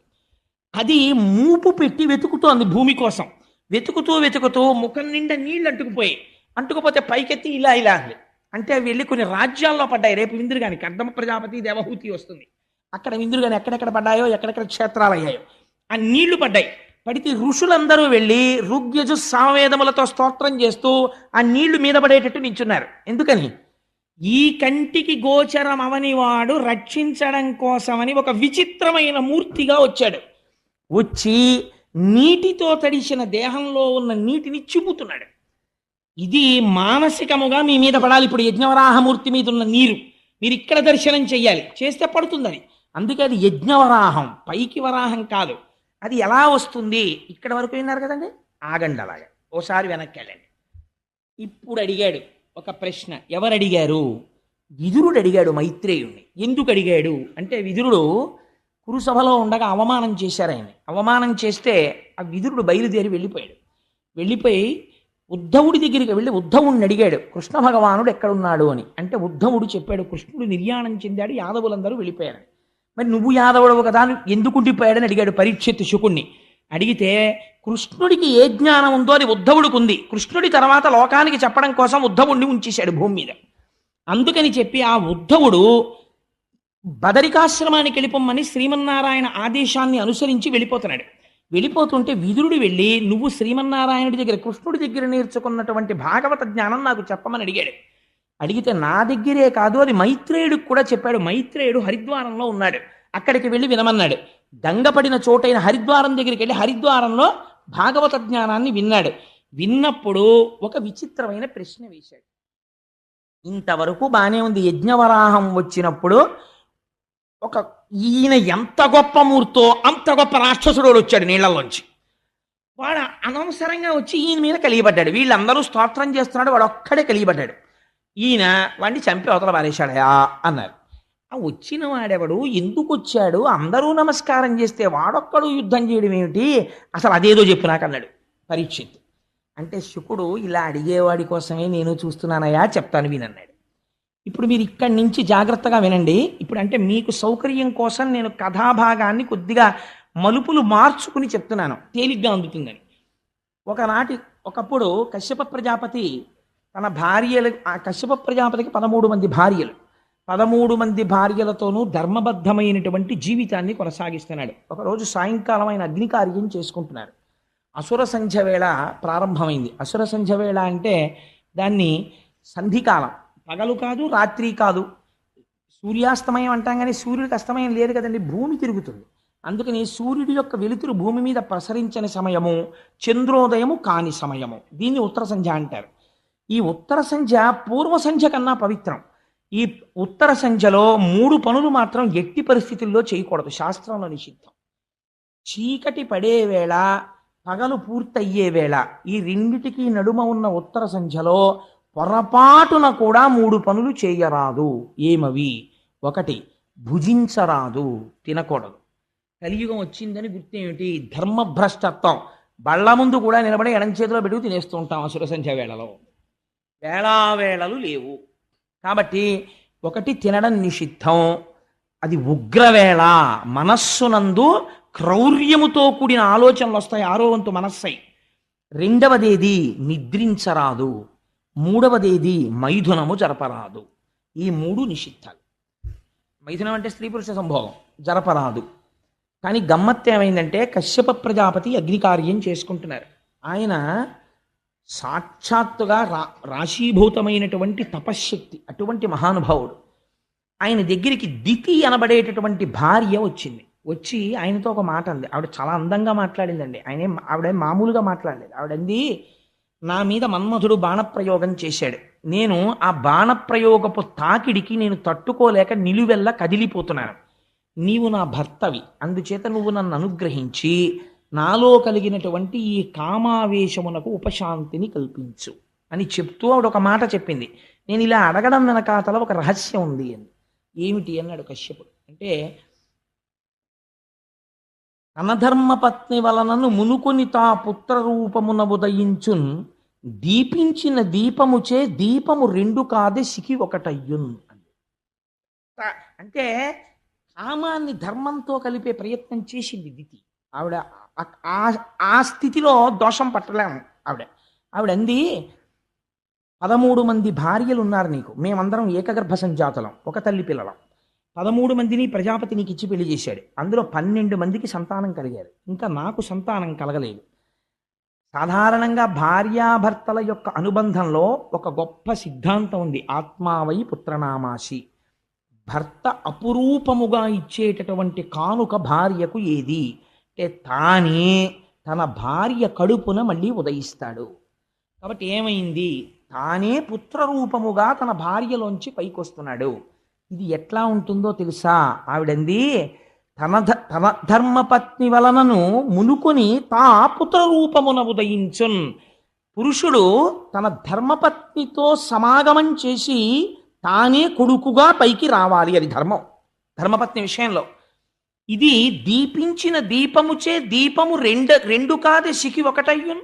ఒక దీపాన్ని పట్టుకెళ్ళి ఇంకో దీపాన్ని వెలిగిస్తాం, 2 జ్యోతులు వెలుగుతున్నట్టు కనపడుతుంది. కానీ ఒత్తుల యొక్క పొడుగు పొట్టి ఉండొచ్చు, ప్రమిద ఒకటి ఎర్రగా ఉండొచ్చు, ఒకటి నల్లగా ఉండొచ్చు, నూనె ఒక దాంట్లో ఎక్కువ ఉండొచ్చు, తక్కువ ఉండొచ్చు. కానీ సమాన ధర్మం ఉన్నది మాత్రం ఒకటి ఉంది. ఏది? శిఖి. ఆ దీపం చివర వెలుగుతున్న జ్యోతి మాత్రం ఒకటే. దానిది అదే జ్యోతి, దీనిది ఇదే జ్యోతి. ఈ జ్యోతికి ఆ జ్యోతికి తేడా లేదు. కాబట్టి తండ్రికి కుమారుడికి భేదం లేదు. తండ్రికి కుమారుడికి భేదం లేకపోయినా రెండుగా కనపడేటట్టు చేయగలిగిన శక్తి ప్రపంచంలో ధర్మపత్ని ఒక్కతే. ఆవిడ మాత్రమే అధికారమును పొంది ఉంటుంది. తన భర్తని కొడుకుగా ప్రపంచమునందు నడిచేటట్టు చేయగలదు, ఆయన తేజస్సుని తాను గ్రహించి. కాబట్టి నేను నీ తేజస్సుని నా యందు ప్రవేశపెట్టమని అడుగుతున్నాను. ధర్మమునకు లోపం ఎక్కడుంది? నాకు సంతానమును కటాక్షించు. ఎంత ధర్మబద్ధంగా అడిగింది చూడండి. ఆయన అన్నాడు, నిజంగా భార్యాభర్తలంటే ఇలా మాట్లాడుకోవాలా అనిపిస్తుంది ఒక్కొక్కసారి. భాగవతం చదువుతుంటే, కావ్యాలు చదువుతుంటే, పురాణాలు చదువుతుంటే. ఆయన అన్నాడు, భార్య అంటే ఎవరో తెలుసా దితి? భార్య ఉన్నవాడంత అదృష్టవంతుడు ప్రపంచమునందు లేడు. ఎందుచేతనో తెలుసా? శత్రువులు వచ్చినా సరే దుర్భేద్యమైనటువంటి దుర్గమునందు కూర్చున్న రాజు ఎంత ధైర్యంగా ఉంటాడో, ఇంద్రియముల యొక్క అలజడిని ధర్మబద్ధము చేయగలిగినటువంటి భార్య దుర్గము వంటిది. ఎందుకని? భార్య యందలి కామము ధర్మబద్ధమైన కామమై పుత్రరూపమైన అర్థముగా మారిపోతోంది. ధర్మపత్ని వలన ధర్మబద్ధమైన కామము ధర్మబద్ధమైన పుత్రరూపమైన అర్థమునిచ్చి మోక్షము వైపుకి నడిపిస్తోంది ఆయన గయాశ్రాద్ధం పెట్టడం వల్ల. కాబట్టి భార్య అనేది సముత్కృష్టమైనటువంటి స్థానమును అధిరోహించి ఉన్నది. నీ వంటి భార్యని పొంది ఉండడం నా అదృష్టం. ఒకసారి భార్యని పొందిన తర్వాత ఇంటి నిర్వహణ బాధ్యత అంతా భార్య చూసుకుంటుంది. తాను హాయిగా ధర్మకార్యాచరణమునందు పురుషుడు ప్రవర్తిస్తాడు. అదేమిటంటే మరి పాపం అలా ఆడవాళ్ళని ఇబ్బంది పెట్టేయచ్చా పురాణాలని మీరు అనుకోక్కర్లేదు. ఆయన ధర్మం చేసేసుకుంటాడు, ఆవిడ వంట చేసుకుంటుందా అని. ఈయన చేసినటువంటి ప్రతి పుణ్యంలో సగభాగం ఆవిడ ఖాతాలో వేసేస్తారు. ఆవిడ చేసిన పుణ్యంలో సగభాగం ఈయనకి వెయ్యరు ధర్మశాస్త్రంలో. పాపానికి ఎందుకు భయపడమని చెప్పిందో తెలుసా అండి? పురుషుడు తాను పాపకర్మ చేసి ఏదైనా తీసుకుని ఇంట్లో తీసుకొచ్చి పెట్టాడు అనుకోండి, దాంట్లోంచి భాగం భార్యకు కానీ పిల్లలకు కానీ వేరు. మొత్తం ఫలితం తీసుకెళ్ళి ఆయన ఖాతాలో వేస్తారు. ఆయన శరీరం పడిపోయిన తర్వాత ఆయన తెచ్చిందంతా వీళ్ళందరూ పంచుకున్నారనుకోండి, వాళ్ళకేమీ తప్పేమీ తీసుకొచ్చి పెట్టరు, వాళ్ళు అనుభవించవచ్చు. పాపం మొత్తం మూటగట్టుకుని ఎవరెడతారో తెలుసా అండి? పట్టుకొచ్చిన వాడు ఒక్కడే పట్టుకెళ్తాడు, ఉత్తర జన్మల్లో అనుభవిస్తాడు. ఇక్కడేమైంది, చేసుకున్న పుణ్యం ఉంది, అది మాత్రం భార్యకి సగమే వేస్తారు. ఎందుకంటే నువ్వు బతికి ఉండాలంటే, నువ్వు పుణ్యం చేయాలంటే ఆవిడ అన్నం వండి పెట్టింది, ఆవిడ చేసుకోవడం మనిషి పూజ, అందుకని సగం ఆవిడికే అంది శాస్త్రం. అందుకే యోగ్యుడైన వరుణ్ణి చూడండి, యోగ్యుడైన వరుణ్ణి చూడండి అంటే అర్థం ఏమిటో తెలుసా అండి? భగవద్భక్తి కలిగిన కుటుంబంలోంచి వరుణ్ణి తీసుకొస్తారు. ఆయన ఎప్పుడూ ఈశ్వరార్చన నిపుణుడై ఉంటే ఆ సగం ఫలితం వెళ్ళి ఆవిడ ఖాతాలో పడితే ఉత్తర జన్మల్లో ఆవిడ ఎంత గొప్ప స్థితినో పొందుతుంది. అందుకని భగవద్భక్తుడికి ఇచ్చి చెయ్యడం కోసమని వెతుకుతారు. కాబట్టి నీ వంటి భార్య దొరకడం నాకు చాలా సంతోషం. కానీ దితి, ఒక్క మాట చెప్తాను విను. తరుణి, నేను ఒక్క మాట చెప్తాను. ఇది సంధ్యాకాలము. ఈ కాలమందరయన్ భూతగణావృతుండగుచు కామారాతి లీలన్ సంచరించుట అభావ్యంబయ్యే. కాన ఈ ఉగ్రకాలమునందు అరయన్ నిషిద్ధ కర్మంబగు ఎలా ధర్మమున్ వీడగన్ అని అడిగాడు కశ్యప ప్రజాపతి. ఇది ఉగ్రవేళ అంటారు. అసుర సంధ్య వేళలో పరమశివుడు వృషభవాహనాన్ని అధిరోహించి భూమండలం మీద తిరుగుతాడు. ఆయనకి స్వపర భేదములుండవు. ఆయన వితతస్రస్తకేశుండు, తల దువ్వుకోడు జుట్టిలా పడిపోయి ఉంటుంది, పునుకల మాల మెళ్ళో వేసుకుని తిరుగుతుంటాడు. ఆయన భూమండలాన్నంతటినీ చూస్తాడు. అసుర సంధ్య వేళలో ప్రతి ప్రాణి వంక చూస్తాడు. ఈ సమయంలో ఆయన వెనకాతల భూతగణాలు వెడుతుంటాయి. వాళ్ళు చాలా ఉగ్రమూర్తులై ఉంటారు. వాళ్ళకి ఆ సమయంలో శివుడి పట్ల అపచారముగా ఎవరైనా ప్రవర్తిస్తే శంకరుడు ఊరుకోవచ్చేమో, కానీ ఆయన చుట్టూ ఉన్నటువంటి గణములు అంగీకరించవు. చాలా తీవ్రమైన ఫలితాన్ని ఇచ్చేస్తారు. నీ అక్క చెల్లెలు సతీదేవి పరమశివుడు భార్య అనుకుంటున్నావేమో, ఆయనకి అలాంటి భేదాలు ఉండవు. ఆయన మహాజ్ఞాని, తెలియనివాడు, కొన్ని కోట్ల జన్మలు ఎత్తవలసినటువంటి వాడు, జ్ఞానము లేనివాడు. శంకరుణ్ణి చూసి ద్వేషించి మాట్లాడతాడు. జ్ఞానము రావాలంటే శంకరుడి వల్లే వస్తుంది. ఆయన పరమ పవిత్రుడు. అటువంటి శంకరుడికి నమస్కరించి మర్యాదగా ప్రవర్తించాలి. ఈ ఉగ్రవేళన్ రమించన్ నిషిద్ధ కార్యం బగు. శంకరుడు వృషభవాహనారూఢుడై వెడుతుంటే భార్యాభర్తలు సంగమిస్తే ఆయన ఆగ్రహానికి కారణం అవుతుంది. అందుచేత ఈ కాలమందరయన్ మంచిది కాదు. అందుచేత కొంతసేపు తాళు. తరుణీ, ఒక్క ముహూర్తముండు, ఒక్క ముహూర్త కాలం వేచి ఉండు, నీకు కలిగినటువంటి కోరికని భర్తగా నేను తీరుస్తాను అన్నాడు. అంటే ఆవిడికి అటువంటి బుద్ధి కలిగింది. దితికి ధర్మభ్రష్టత్వం ఎక్కడొస్తుందో మీరు గమనించాలి భాగవతంలో. ఆవిడ ఒక వెలయాలు ప్రవర్తించినట్టు కశ్యప ప్రజాపతి యొక్క పంచపట్టి లాగినది. అడిగితే ఆయన అన్నాడు, ఈశ్వరుడికి నమస్కారం చేసి, నేను ధర్మపత్ని పట్ల ఇంతకన్నా భిన్నంగా ప్రవర్తించకూడదు అని ఆవిడ కోరుకున్న సుఖాన్ని ఆవిడికి కటాక్షించి ఆయన స్నానం చేసి ఆచమనం చేసి ఆయన కార్యమునందు ఆయన నిమగ్నుడైపోయాడు. కొంతసేపు అయిపోయిన తర్వాత దితికి అనుమానం వచ్చింది. చేయరాని పని చేశాను, దీని యొక్క ఫలితము ఉగ్రముగా ఉంటుందేమో అని పరమశివుడికి క్షమార్పణ చెప్పి రుద్రగణాలకి క్షమార్పణ చెప్పింది. కానీ అందులో అప్పటికే జరగవలసిన అపకారం జరిగిపోయింది. భూతగణాల్లో ఇద్దరు చూసేశారది. భద్రాభద్రులు అనేటటువంటి వాళ్ళు చూసి ఉగ్రమైనటువంటి ఫలితాన్ని ఇచ్చేశారు. కశ్యప ప్రజాపతి దగ్గరికి వెళ్ళి అడిగింది, అయ్యా, నా కడుపున పుట్టేటటువంటి బిడ్డలు కానీ ప్రమాదం తీసుకురారు కదా అని అడిగింది. కశ్యప ప్రజాపతి అన్నాడు, నేను వద్దని చెప్పాను, నువ్వు వినలేదు. నీ కడుపున పుట్టబోయేటటువంటి ఇద్దరు బిడ్డలు కూడా లోకకంటకులై, వాళ్ళు పుట్టగానే ఆకాశం నెత్తురు వర్షిస్తుంది, నక్కలు కూస్తాయి, కొన్ని వేల మంది స్త్రీల కళ్ళంబట నీళ్లు కార్పిస్తారు, ఋషులను, బాలులను, బ్రాహ్మణులను, బ్రహ్మచారులను, వేదాన్ని, దేవతల్ని అవమానపరుస్తారు.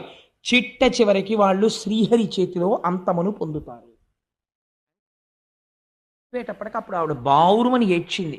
ఆఖరికి ఇంత అపఖ్యాత నాకు, దీనికి నివారణోపాయము లేదా అని అడిగింది. అడిగితే కశ్యప ప్రజాపతి అన్నారు, పశ్చాత్తాపమే నివారణోపాయం. నువ్వింత పశ్చాత్తాపడ్డావు కాబట్టి చేసిన దోషం పోదు. కానీ మనవడు మాత్రం మహాభక్తుడైనటువంటి వాడొకడు ఆ హిరణ్యకశిపుల్లో ఒకడికి కొడుగ్గా పుడతాడు. ప్రహ్లాదుడు పుట్టాడు. నీ పశ్చాత్తాపము వలన ఒక మహాపురుషుడు, ఒక మహాభక్తుడు జన్మిస్తాడు. భాగవతం కాలస్వరూపం ఎలా ఉంటుందో, ప్రమాదాలు ఎక్కడి నుంచి వస్తాయో బోధ చేస్తుంది. కాలము ఒక కాలము సాత్వికంగా ఉంటుంది, ఒక కాలము ఉగ్రముగా ఉంటుంది. కాలమును బట్టి వ్యవహరించాలి తప్ప చిత్తము వచ్చినట్లు ప్రవర్తించకూడదు. ఉగ్రవేళ, అసుర సంధ్య వేళలో సాయంకాలం వేళ ఒక్క ఈశ్వరనామమే వినాలి. అందుకే అసుర సంధ్య వేళలో పురాణ ప్రవచనం పెట్టడానికి కారణం అదే. ఎందుకు పురాణ ప్రవచనం చేస్తారంటే అప్పుడు వినడం చేత ఈశ్వరుడు చాలా పరితృప్తుడవుతాడు. షహబాష్, వీళ్ళందరూ చూడండి రా భగవంతుడి కథ ఎలా వింటున్నారో అని విశేషంగా కోరికలు తీరుస్తాడు. తప్పించి వాళ్ళ జోలికి రాడాయన.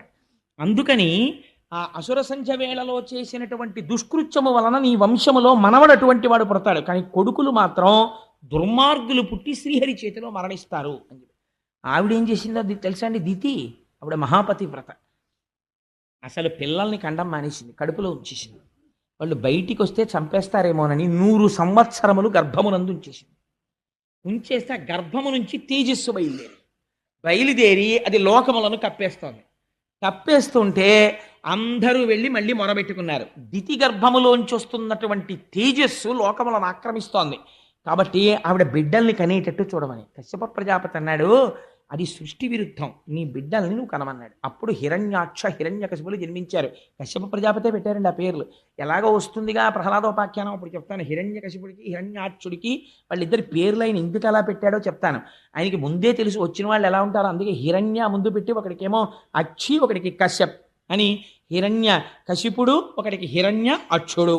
ఒకటి కనపడ్డనల్లా కన్నుబడిందా తీసుకెళ్లి దాచేస్తాడు. ఒకడికి ఎంతసేపు తానే గొప్పవాడని తన భోగం అనుభవించాలని ఆఖరికి యజ్ఞాలు యాగాలు కూడా తన పేరు మీద చేయించుకుంటాడు. అహంకార మమకారాలే ఇద్దరును. అందుకని ఆ హిరణ్యాక్ష హిరణ్యకశిపులు ఇద్దరు దితి యొక్క గర్భము నుండి జన్మించారు. ఇప్పుడు వీడు పుట్టడంతో దుర్నిమిత్తములన్నీ కనబడ్డాయి. వాడు ఆకాశం అంతెత్తు పెరిగిపోయాడు. ఒక పెద్ద పర్వతం ఎంత ఉంటుందో అంతెత్తు పెరిగిపోయాడు. పెరిగిపోయి వాడికి పుట్టినప్పటి నుంచి ఏమిటి కోరికంటే యుద్ధం.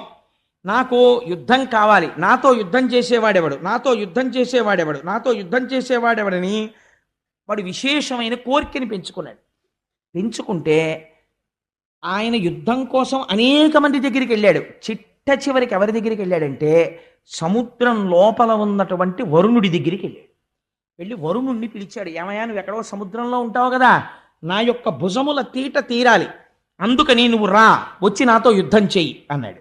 అంటే ఆయన అన్నాడు, నీకోసం వచ్చేవాడు ఒక ఆయన ఉన్నాడురా, నాతో యుద్ధం ఎందుకు నీకు, నువ్వు అసలు ఎవరి చేతిలో చావాలని నిర్ణయం అయిపోయిందో వాడు వచ్చేసే సమయం అయిపోయింది, నువ్వు ఒక్కసారి ఆ సముద్రం మీదకి వెళ్ళి నీకు కనపడతాడు, ఆయనతో యుద్ధం చేయి, చచ్చిపోదు కదా. నిర్ణయం అయిపోయిందన్నమాట వరుణుడు ఎలా చెప్పగలిగాడు అంటే దీని వెనకకి మళ్ళీ ఇంకొక ఆఖ్యానం కలుస్తుంది. ఈ భద్రాభద్రులనేటటువంటి రుద్రగణములు చూసి వీళ్ళ యందు ఉగ్రమైనటువంటి బిడ్డలు పుట్టాలని ఎప్పుడైతే నిర్ణయం జరిగిందో, ఎంత శివకేశవ అభేదంగా నడుస్తుందో చూడండి పురాణం. శ్రీ మహావిష్ణువు దగ్గర ఇద్దరు పార్షదులు ఉన్నారు, జయ విజయులని. వైకుంఠంలో వాళ్ళిద్దరు ద్వారం దగ్గర నిలబడతారు. అంటే 7 ద్వారములు ఉంటాయి. 7వ ద్వారం దాటితే లోపల ఇంకా స్వామి దర్శనం అవుతుంది. 7వ ద్వారానికి అటు ఇటు నిలబడి ఉన్నారు. నిలబడి ఉంటే సనక సనందనాదులు లోపలికి వెళ్ళారు. వైకుంఠానికి ఉన్న గొప్పతనమేమి అంటే ఒక విషయం చెప్పారు. అందులో ఆ వైకుంఠంలో ఉండేటటువంటి గోడలు మణులతో నిర్మించబడి ఉంటే లక్ష్మీదేవి తన చేతిలో పట్టుకున్నటువంటి కలువ పువ్వుతో ఆ గోడల్ని తుడుస్తూ ఉంటుంది. అంటే మనం కూడా ఇంటీరియర్ డెకరేషన్ ఎలా చేసుకుంటామో అలా ఉంటుంది. అసలు అక్కడ పాపచిత్తుడు, మాయ కలిగిన వాడు, చిత్తుల మారి హృదయమునందు నైర్మల్యము లేనివాడు అందులో ప్రవేశించడు. ఎప్పుడు భగవంతుని యందు భక్తి కలిగిన వాళ్ళు అందులో తిరుగుతూ ఉంటారు. అక్కడ జయ విజయులు నిలబడి ఉన్నారు కాపలాగా. నిలబడి ఉంటే 6 ద్వారములు దాటి సనక సనందనాదులు వెళ్ళారు. వాళ్ళు మహాజ్ఞానులు, నిరంతరము భగవంతుని యొక్క పాదముల యందు భక్తితో ఉండేటటువంటి స్వరూపం ఉన్నవారు. వారు వెళ్ళి 7వ ఆ ద్వారం దగ్గరికి వెళ్ళి నిలబడ్డారు. నిలబడితే జయ విజయులు అన్నారు, లోపలికి వెళ్ళడానికి వీలు లేదు అన్నారు. అంటే ఆ మాత్రానికి కోపం వచ్చేస్తుందండి. ఏదో కారణం ఉండాలి కదా. కారణం లేకుండా ఏదో ఒక ఆఫీసర్ గారి రూమ్లోకి ఎడుతున్నాం అనుకోండి, ఆఫీసర్ గారి రూమ్లోకి ఎడుతుంటే మేస్టర్ కాసేపు ఆగండి, లోపల ఆఫీసర్ గారు ఎవరితోనో మాట్లాడుతున్నారు అన్నారు అనుకోండి, వెంటనే కప్ప వాటర్ బాటిల్లో నీళ్లు తీసి పోసి చెప్పించేయడమే. దానికి లోపల ఎవరితోనో మాట్లాడుతున్నారంటే కాసేపు కూర్చోవాలి, ఆగాలి, లేకపోతే ఓ విజిటర్స్ స్లిప్ పంపించాలి. ఆదరణ ఉంటే అయ్యో రమ్మను తప్పకుండాను అని చెప్పి కాసేపు మాట్లాడతారు. అంతేకాని ఆ బయట ఉన్నవాడిని చెప్పించేయడం ఎందుకు? మరి సనక సనందనాథులు వెంటనే జై విజయుల్ని శపించేస్తే అది అర్థరహితమైన విషయమా కాదా పురాణంలో? ఇంకా వాళ్ళేం బ్రహ్మజ్ఞానులండి? వాళ్ళు శపించడానికి ఒక కారణం ఉండాలి. వాళ్ళు ఆ కారణం చూపించారు. వాళ్ళు అన్నారు ఇది వైకుంఠం, వైకుంఠమునందు మాత్సర్యం ఉండదు. ఇక్కడ ఎవ్వరూ కూడా ఒకరి మీద ఒకరికి మత్సరం ఉండదు. అసలు ఎవరి మీద ఎవరికి పగ ఉండదు. కాబట్టి ఎవరి మీద ఎవరికి ప్రతీకారం ఉండదు. ఇక్కడ ఎవరు ఎవరికి హాని చెయ్యరు. ఎవరు హాని చేసేవాళ్ళు లేనప్పుడు లోపలికి వెళ్ళి ఈశ్వరుణ్ణి దర్శించుకోవడానికి మెటల్ డిటెక్టర్లు పరీక్షలు ఎందుకు? మళ్ళీ ఎందుకు ఆపినట్టు? పోనీ లోపల ఉన్నాయన ఏమైనా విజిటింగ్ అవర్స్ పెట్టాడా? ఫలానా టైంలోనే పంపించండి, మిగిలిన టైమ్స్లో వద్దు అని చెప్పేటటువంటి వాడైతే మీరు అడ్డు పెట్టినందుకు మేము అంగీకరిస్తాం. ఆయన భక్తపరాధీనుడు. ఆయన భక్తులైనటువంటి వాళ్ళు వస్తే చాలు ఆర్తితో ఆయన ఎదురొచ్చేటటువంటి స్వభావం ఉన్నవాడు. అటువంటి వాడు లోపలుంటే వెళ్ళడానికి మేమొస్తే మా హృదయములో ఆయన్ని దర్శనం చెయ్యాలన్న కాంక్ష తప్ప వేరొకటి లేకుండా ఉంటే మధ్యలో అడ్డు పెట్టడం మీకు మించిన స్వాతంత్రం. మీ మించిన స్వాతంత్రానికి మీరు పోయారు కాబట్టి, మత్సరము లేని చోట మత్సరాన్ని సృష్టిస్తున్నారు కాబట్టి, ఏది ఎక్కడ ఉండకూడదో దాన్ని మీరు చూడటం మొదలు పెట్టారు కాబట్టి అది ఎక్కడ పుష్కలంగా దొరుకుతుందో ఆ భూలోకానికి పొందారు అనేటప్పటికీ వాళ్ళిద్దరూ కాళ్ళ మీద పడి పెద్ద ఏడుపు మొదలెట్టారు.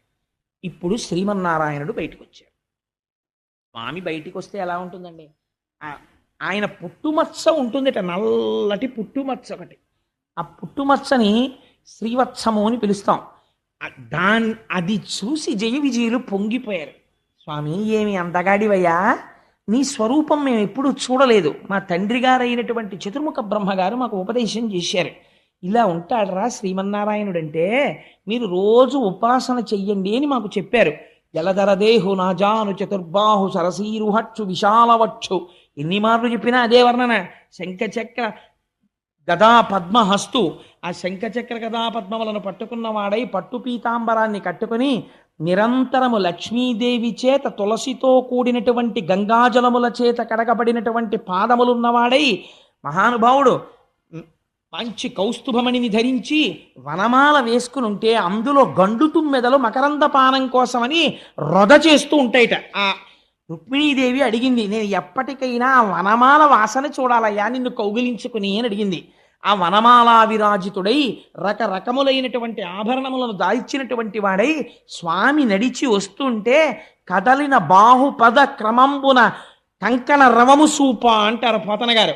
ఆయన అడుగు తీసి అడుగు వేస్తుంటే ఆయన పాదములకు పెట్టుకున్నటువంటి మంజీరములు మీరు ఎప్పుడైనా ఏడుకొండలవాడి యొక్క దర్శనం చేస్తే కనపడుతుంది. మీరు ఈ మాట వెళ్ళినప్పుడు జాగ్రత్తగా చూడండి. ఆయన మోకాళ్ళ దగ్గర కూడా పెద్ద పెద్ద కంకణాలు ఉంటాయి, ఇలాగా వాటికి మువ్వలు ఉంటాయి. ఆ మోకాళ్ళ దగ్గర కంకణాలు, ఇక్కడ పాదములకు మంజీరములు, ఈ కర్ణములకు చెవులకు ఇక్కడి నుంచి ఇక్కడ వరకు కర్ణాభరణములు. ఆ కర్ణాభరణములు పెట్టుకోవడం వల్ల బొగ్గల మీద పడేటటువంటి కాంతులు, విశాలమైనటువంటి లలాటము, దానికి పెట్టుకున్నటువంటి ఆ కస్తూరి తిలకము, ఆ పైన పెట్టుకున్నటువంటి పెద్ద కిరీటము, వెనకాతల వచ్చేటటువంటి సత్వగుణ ప్రధానులైనటువంటి పారిషదులు, వీళ్ళందరితో కలిసి ఒక మెరుపు తీగ ఎలా వస్తుందో అన్నిటికన్నా గొప్పతనం నీలతో యద మధ్యస్థ విద్యుల్లేకే భువాస్వర అని తెల్లటి వస్త్రం కట్టుకొని మెరిసిపోతూ అమ్మవారు అలవోకగా చేతిలో ఒక తామర పువ్వు పట్టుకుని తన చేత్తో శ్రీమన్నారాయణుడి చెయ్యి పట్టుకుని ఆ లక్ష్మీనారాయణులిద్దరూ బయటికి వచ్చి నిలబడ్డారు. ఇలా తిరిగి చూశారు. ఆ చప్పుడికి ఎదురుగుండా కనపడిన వాడు స్వామి లక్ష్మీ సహితుడై పొంగిపోయారంతే ఆ సనకసనందనాలు. స్వామి, ఈ మూర్తిని మా నాన్నగారు మాకు ఉపదేశం చేశారు. ఎప్పటి నుంచో మేము మనస్సులో ఈ మూర్తిని ఉపాసన చేస్తున్నాం. మా అదృష్టం పండి ఇంతకాలం తర్వాత నీ యొక్క స్వరూపాన్ని దర్శనం చెయ్యగలిగాం. మా భాగ్యం పండిందయ్యా అని ఆయన పాదాల మీద పడి నమస్కారం చేశారు.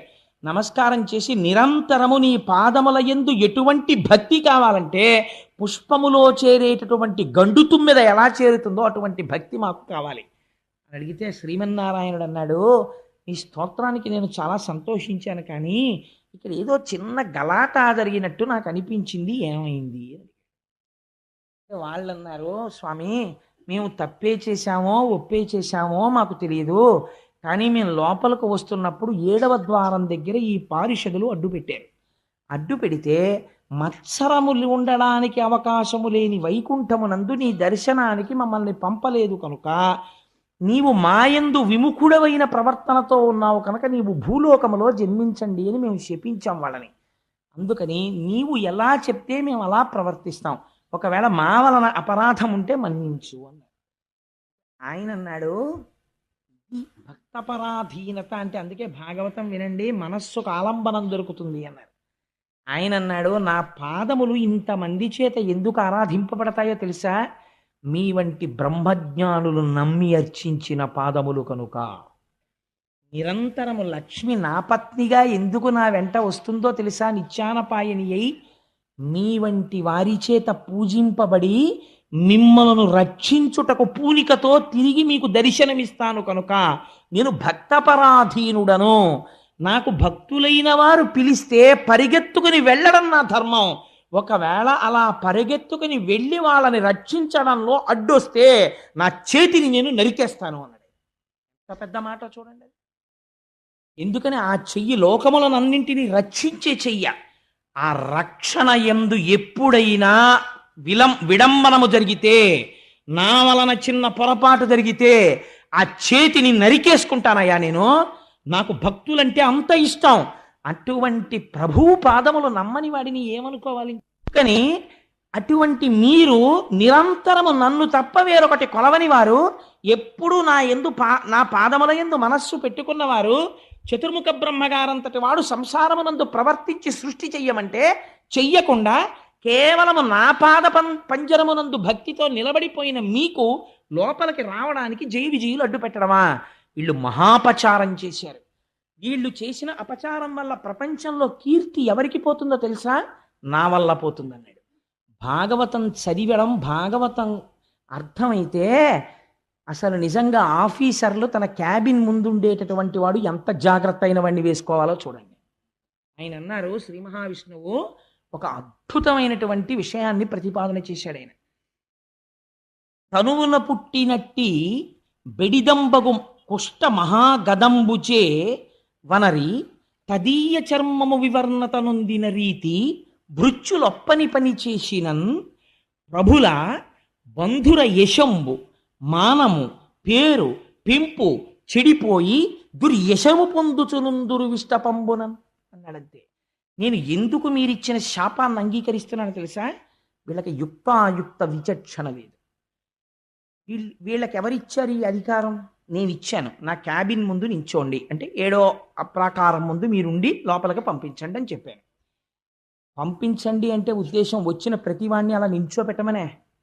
అంతరము తెలిసి ఉండాలి. లోపలికి ఎవరు వెళ్ళాలి, ఎవరిని మనం తొందరగా ప్రవేశపెట్టాలనేది చూసుకుని ముందు వాళ్ళు నమస్కారం చేసి ప్రవేశపెట్టగలిగిన సంస్కారం ఉన్నవాడు అక్కడ ఉండాలి.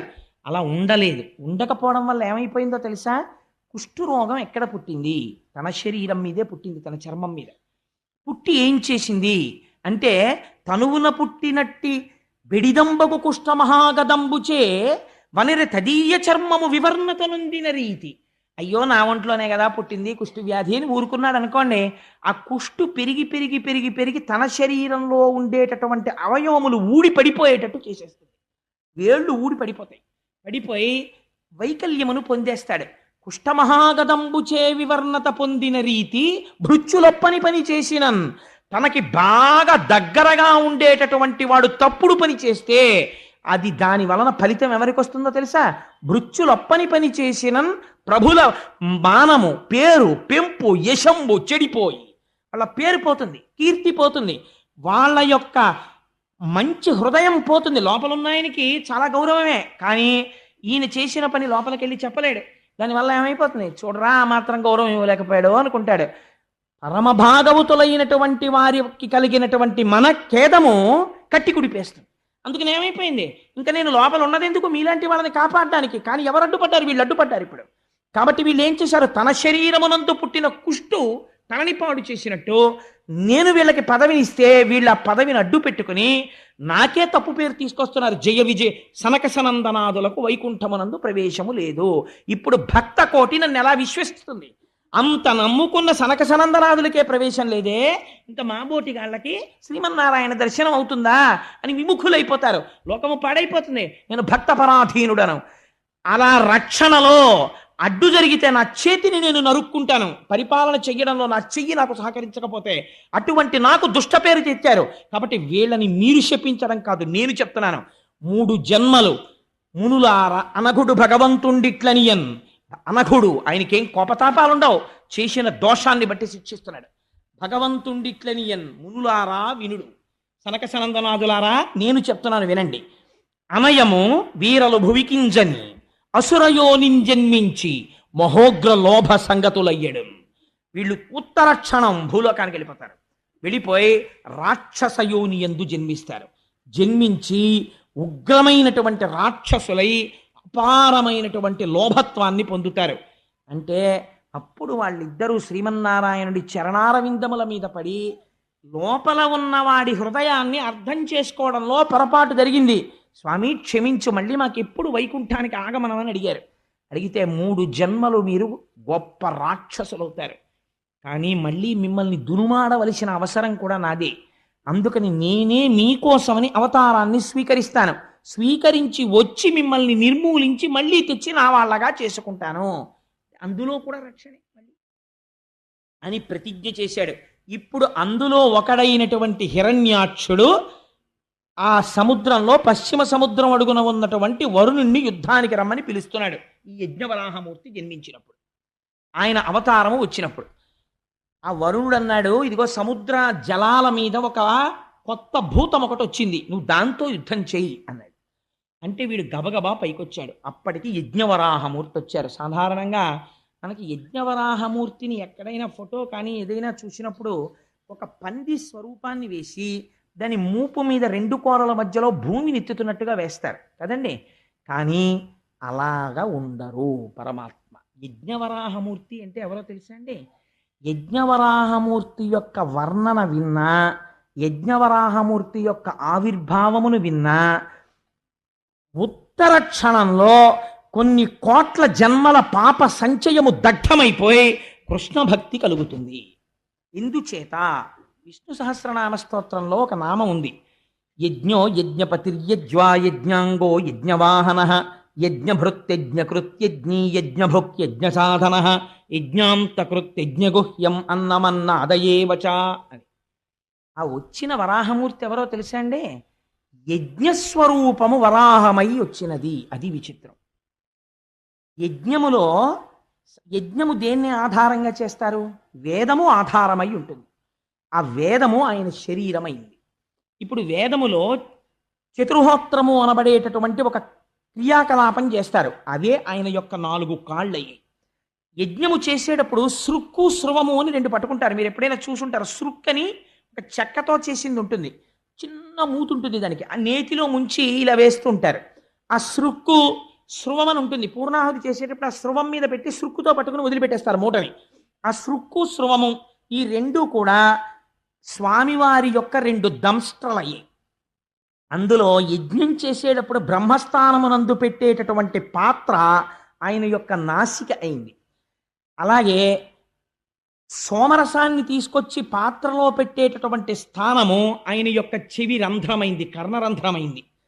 హవిస్సుని వేయడం కోసం అని చెప్పి ఆ హవిస్సు పెట్టేటటువంటి పాత్ర ఉంటుంది. అంటే చెరువు అంటారు, ఓ పిండి ముద్ద లాంటిది ఒకటి వండుతారు, పూర్తిగా వాడకూడదు, యజ్ఞంలో కొంత ఉంచాలి, ఇంకా ఆ పాత్రలో మిగలాలి.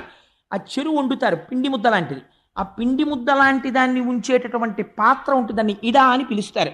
ఆ ఇడ యజ్ఞవరాహము యొక్క ఉదర భాగమైనది. ఆయనకి ఆ యజ్ఞములో వాడేటటువంటి కొన్ని మంత్రములు ఆయన కంఠసీమగా మారినవి. యజ్ఞము చేసేటప్పుడు పైకి వచ్చేటటువంటి అగ్నిహోత్రము స్వాహాకారంతో అగ్నిహోత్రంలో వేస్తుంటే ఆ అగ్నిహోత్రము ద్వారా దేవతలు పుచ్చుకుంటుంటారు. ఆ అగ్నిహోత్రమే ఆయన నోటి నమలుడుగా మారినది. ఇలా నవ్వులుతున్నాడు ఆయన. ఇలాంటి స్వరూపంతో యజ్ఞము యొక్క స్వరూపము వరాహ స్వరూపమును పొందినది. వరాహం అంటే ఏమిటో తెలుసా అండి? పరమోత్కృష్టమైన రోజు. ఏ రోజు నీ జీవితంలో ఈ యజ్ఞవరాహం విన్నావో అదే నీ జీవన యాత్రలో కొన్ని కోట్ల జన్మలలో పరమోత్కృష్టమైన రోజు. అది యజ్ఞవరాహమూర్తి యొక్క ఆవిర్భావ దినము. కాబట్టి ఇటువంటి స్వరూపంతో ఆయన దర్శనమిచ్చాడు. దర్శనమిచ్చి పెద్ద హుంకారం చేశాడు. ఆ హుంకారం విని ఋషులు ఒక్కసారి ఆశ్చర్యపోయారు. ఎక్కడది ఈ హుంకారం అనుకున్నారు. స్వామి వంక చూశారు. గుర్ర్ గుర్ర్ గుర్ర్ అని శబ్దం చేస్తున్నాడు. అలాగే వర్ణించారు వ్యాసుల వారు. పెద్ద శబ్దం చేస్తూ అడుగులు తీసి అడుగులు వేస్తూ నడుస్తోంది ఆ యజ్ఞవరాహం. ఇప్పుడు ఆయన్ని స్తోత్రం చెయ్యాలి. ఎక్కడి నుంచి స్తోత్రం చేస్తారు? అందుకని ఋగ్వేదంలోంచి, యజుర్వేదంలోంచి, సామవేదంలోంచి ఋషులందరూ నిలబడి సూక్తములను వల్లిస్తున్నారు. వల్లిస్తూ ఆ యజ్ఞవరాహానికి నమస్కారం చేస్తున్నారు. ఆ యజ్ఞవరాహం అడుగులు తీసి అడుగులు వేస్తూ సముద్రంలోకి ప్రవేశించింది. ప్రవేశించి తన నాసికతోటి, తన ఆ మూపుతోటి కెలుకుతోంది. దేనికి? పృథివికి వాసన ఉంటుంది. అందుకని వాసన బట్టి పట్టుకుందాం భూమి ఎక్కడ పడిపోయిందోనని ఆ నీటిలో వెతుకుతోంది. వెతుకుతున్నప్పుడు ఆ మూపురానికి తగలటం లేదు. భూమి నీటితో నిండిపోతోంది ముఖమంతాను.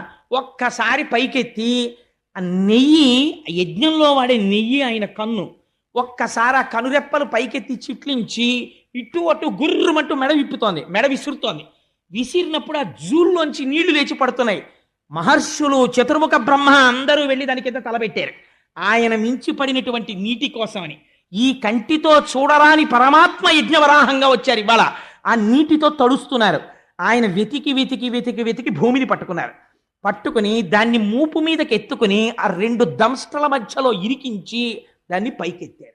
పైకెత్తి ఇలా చూపించారు. చూపించేటప్పటికి ఋషులందరూ స్తోత్రం చేశారు.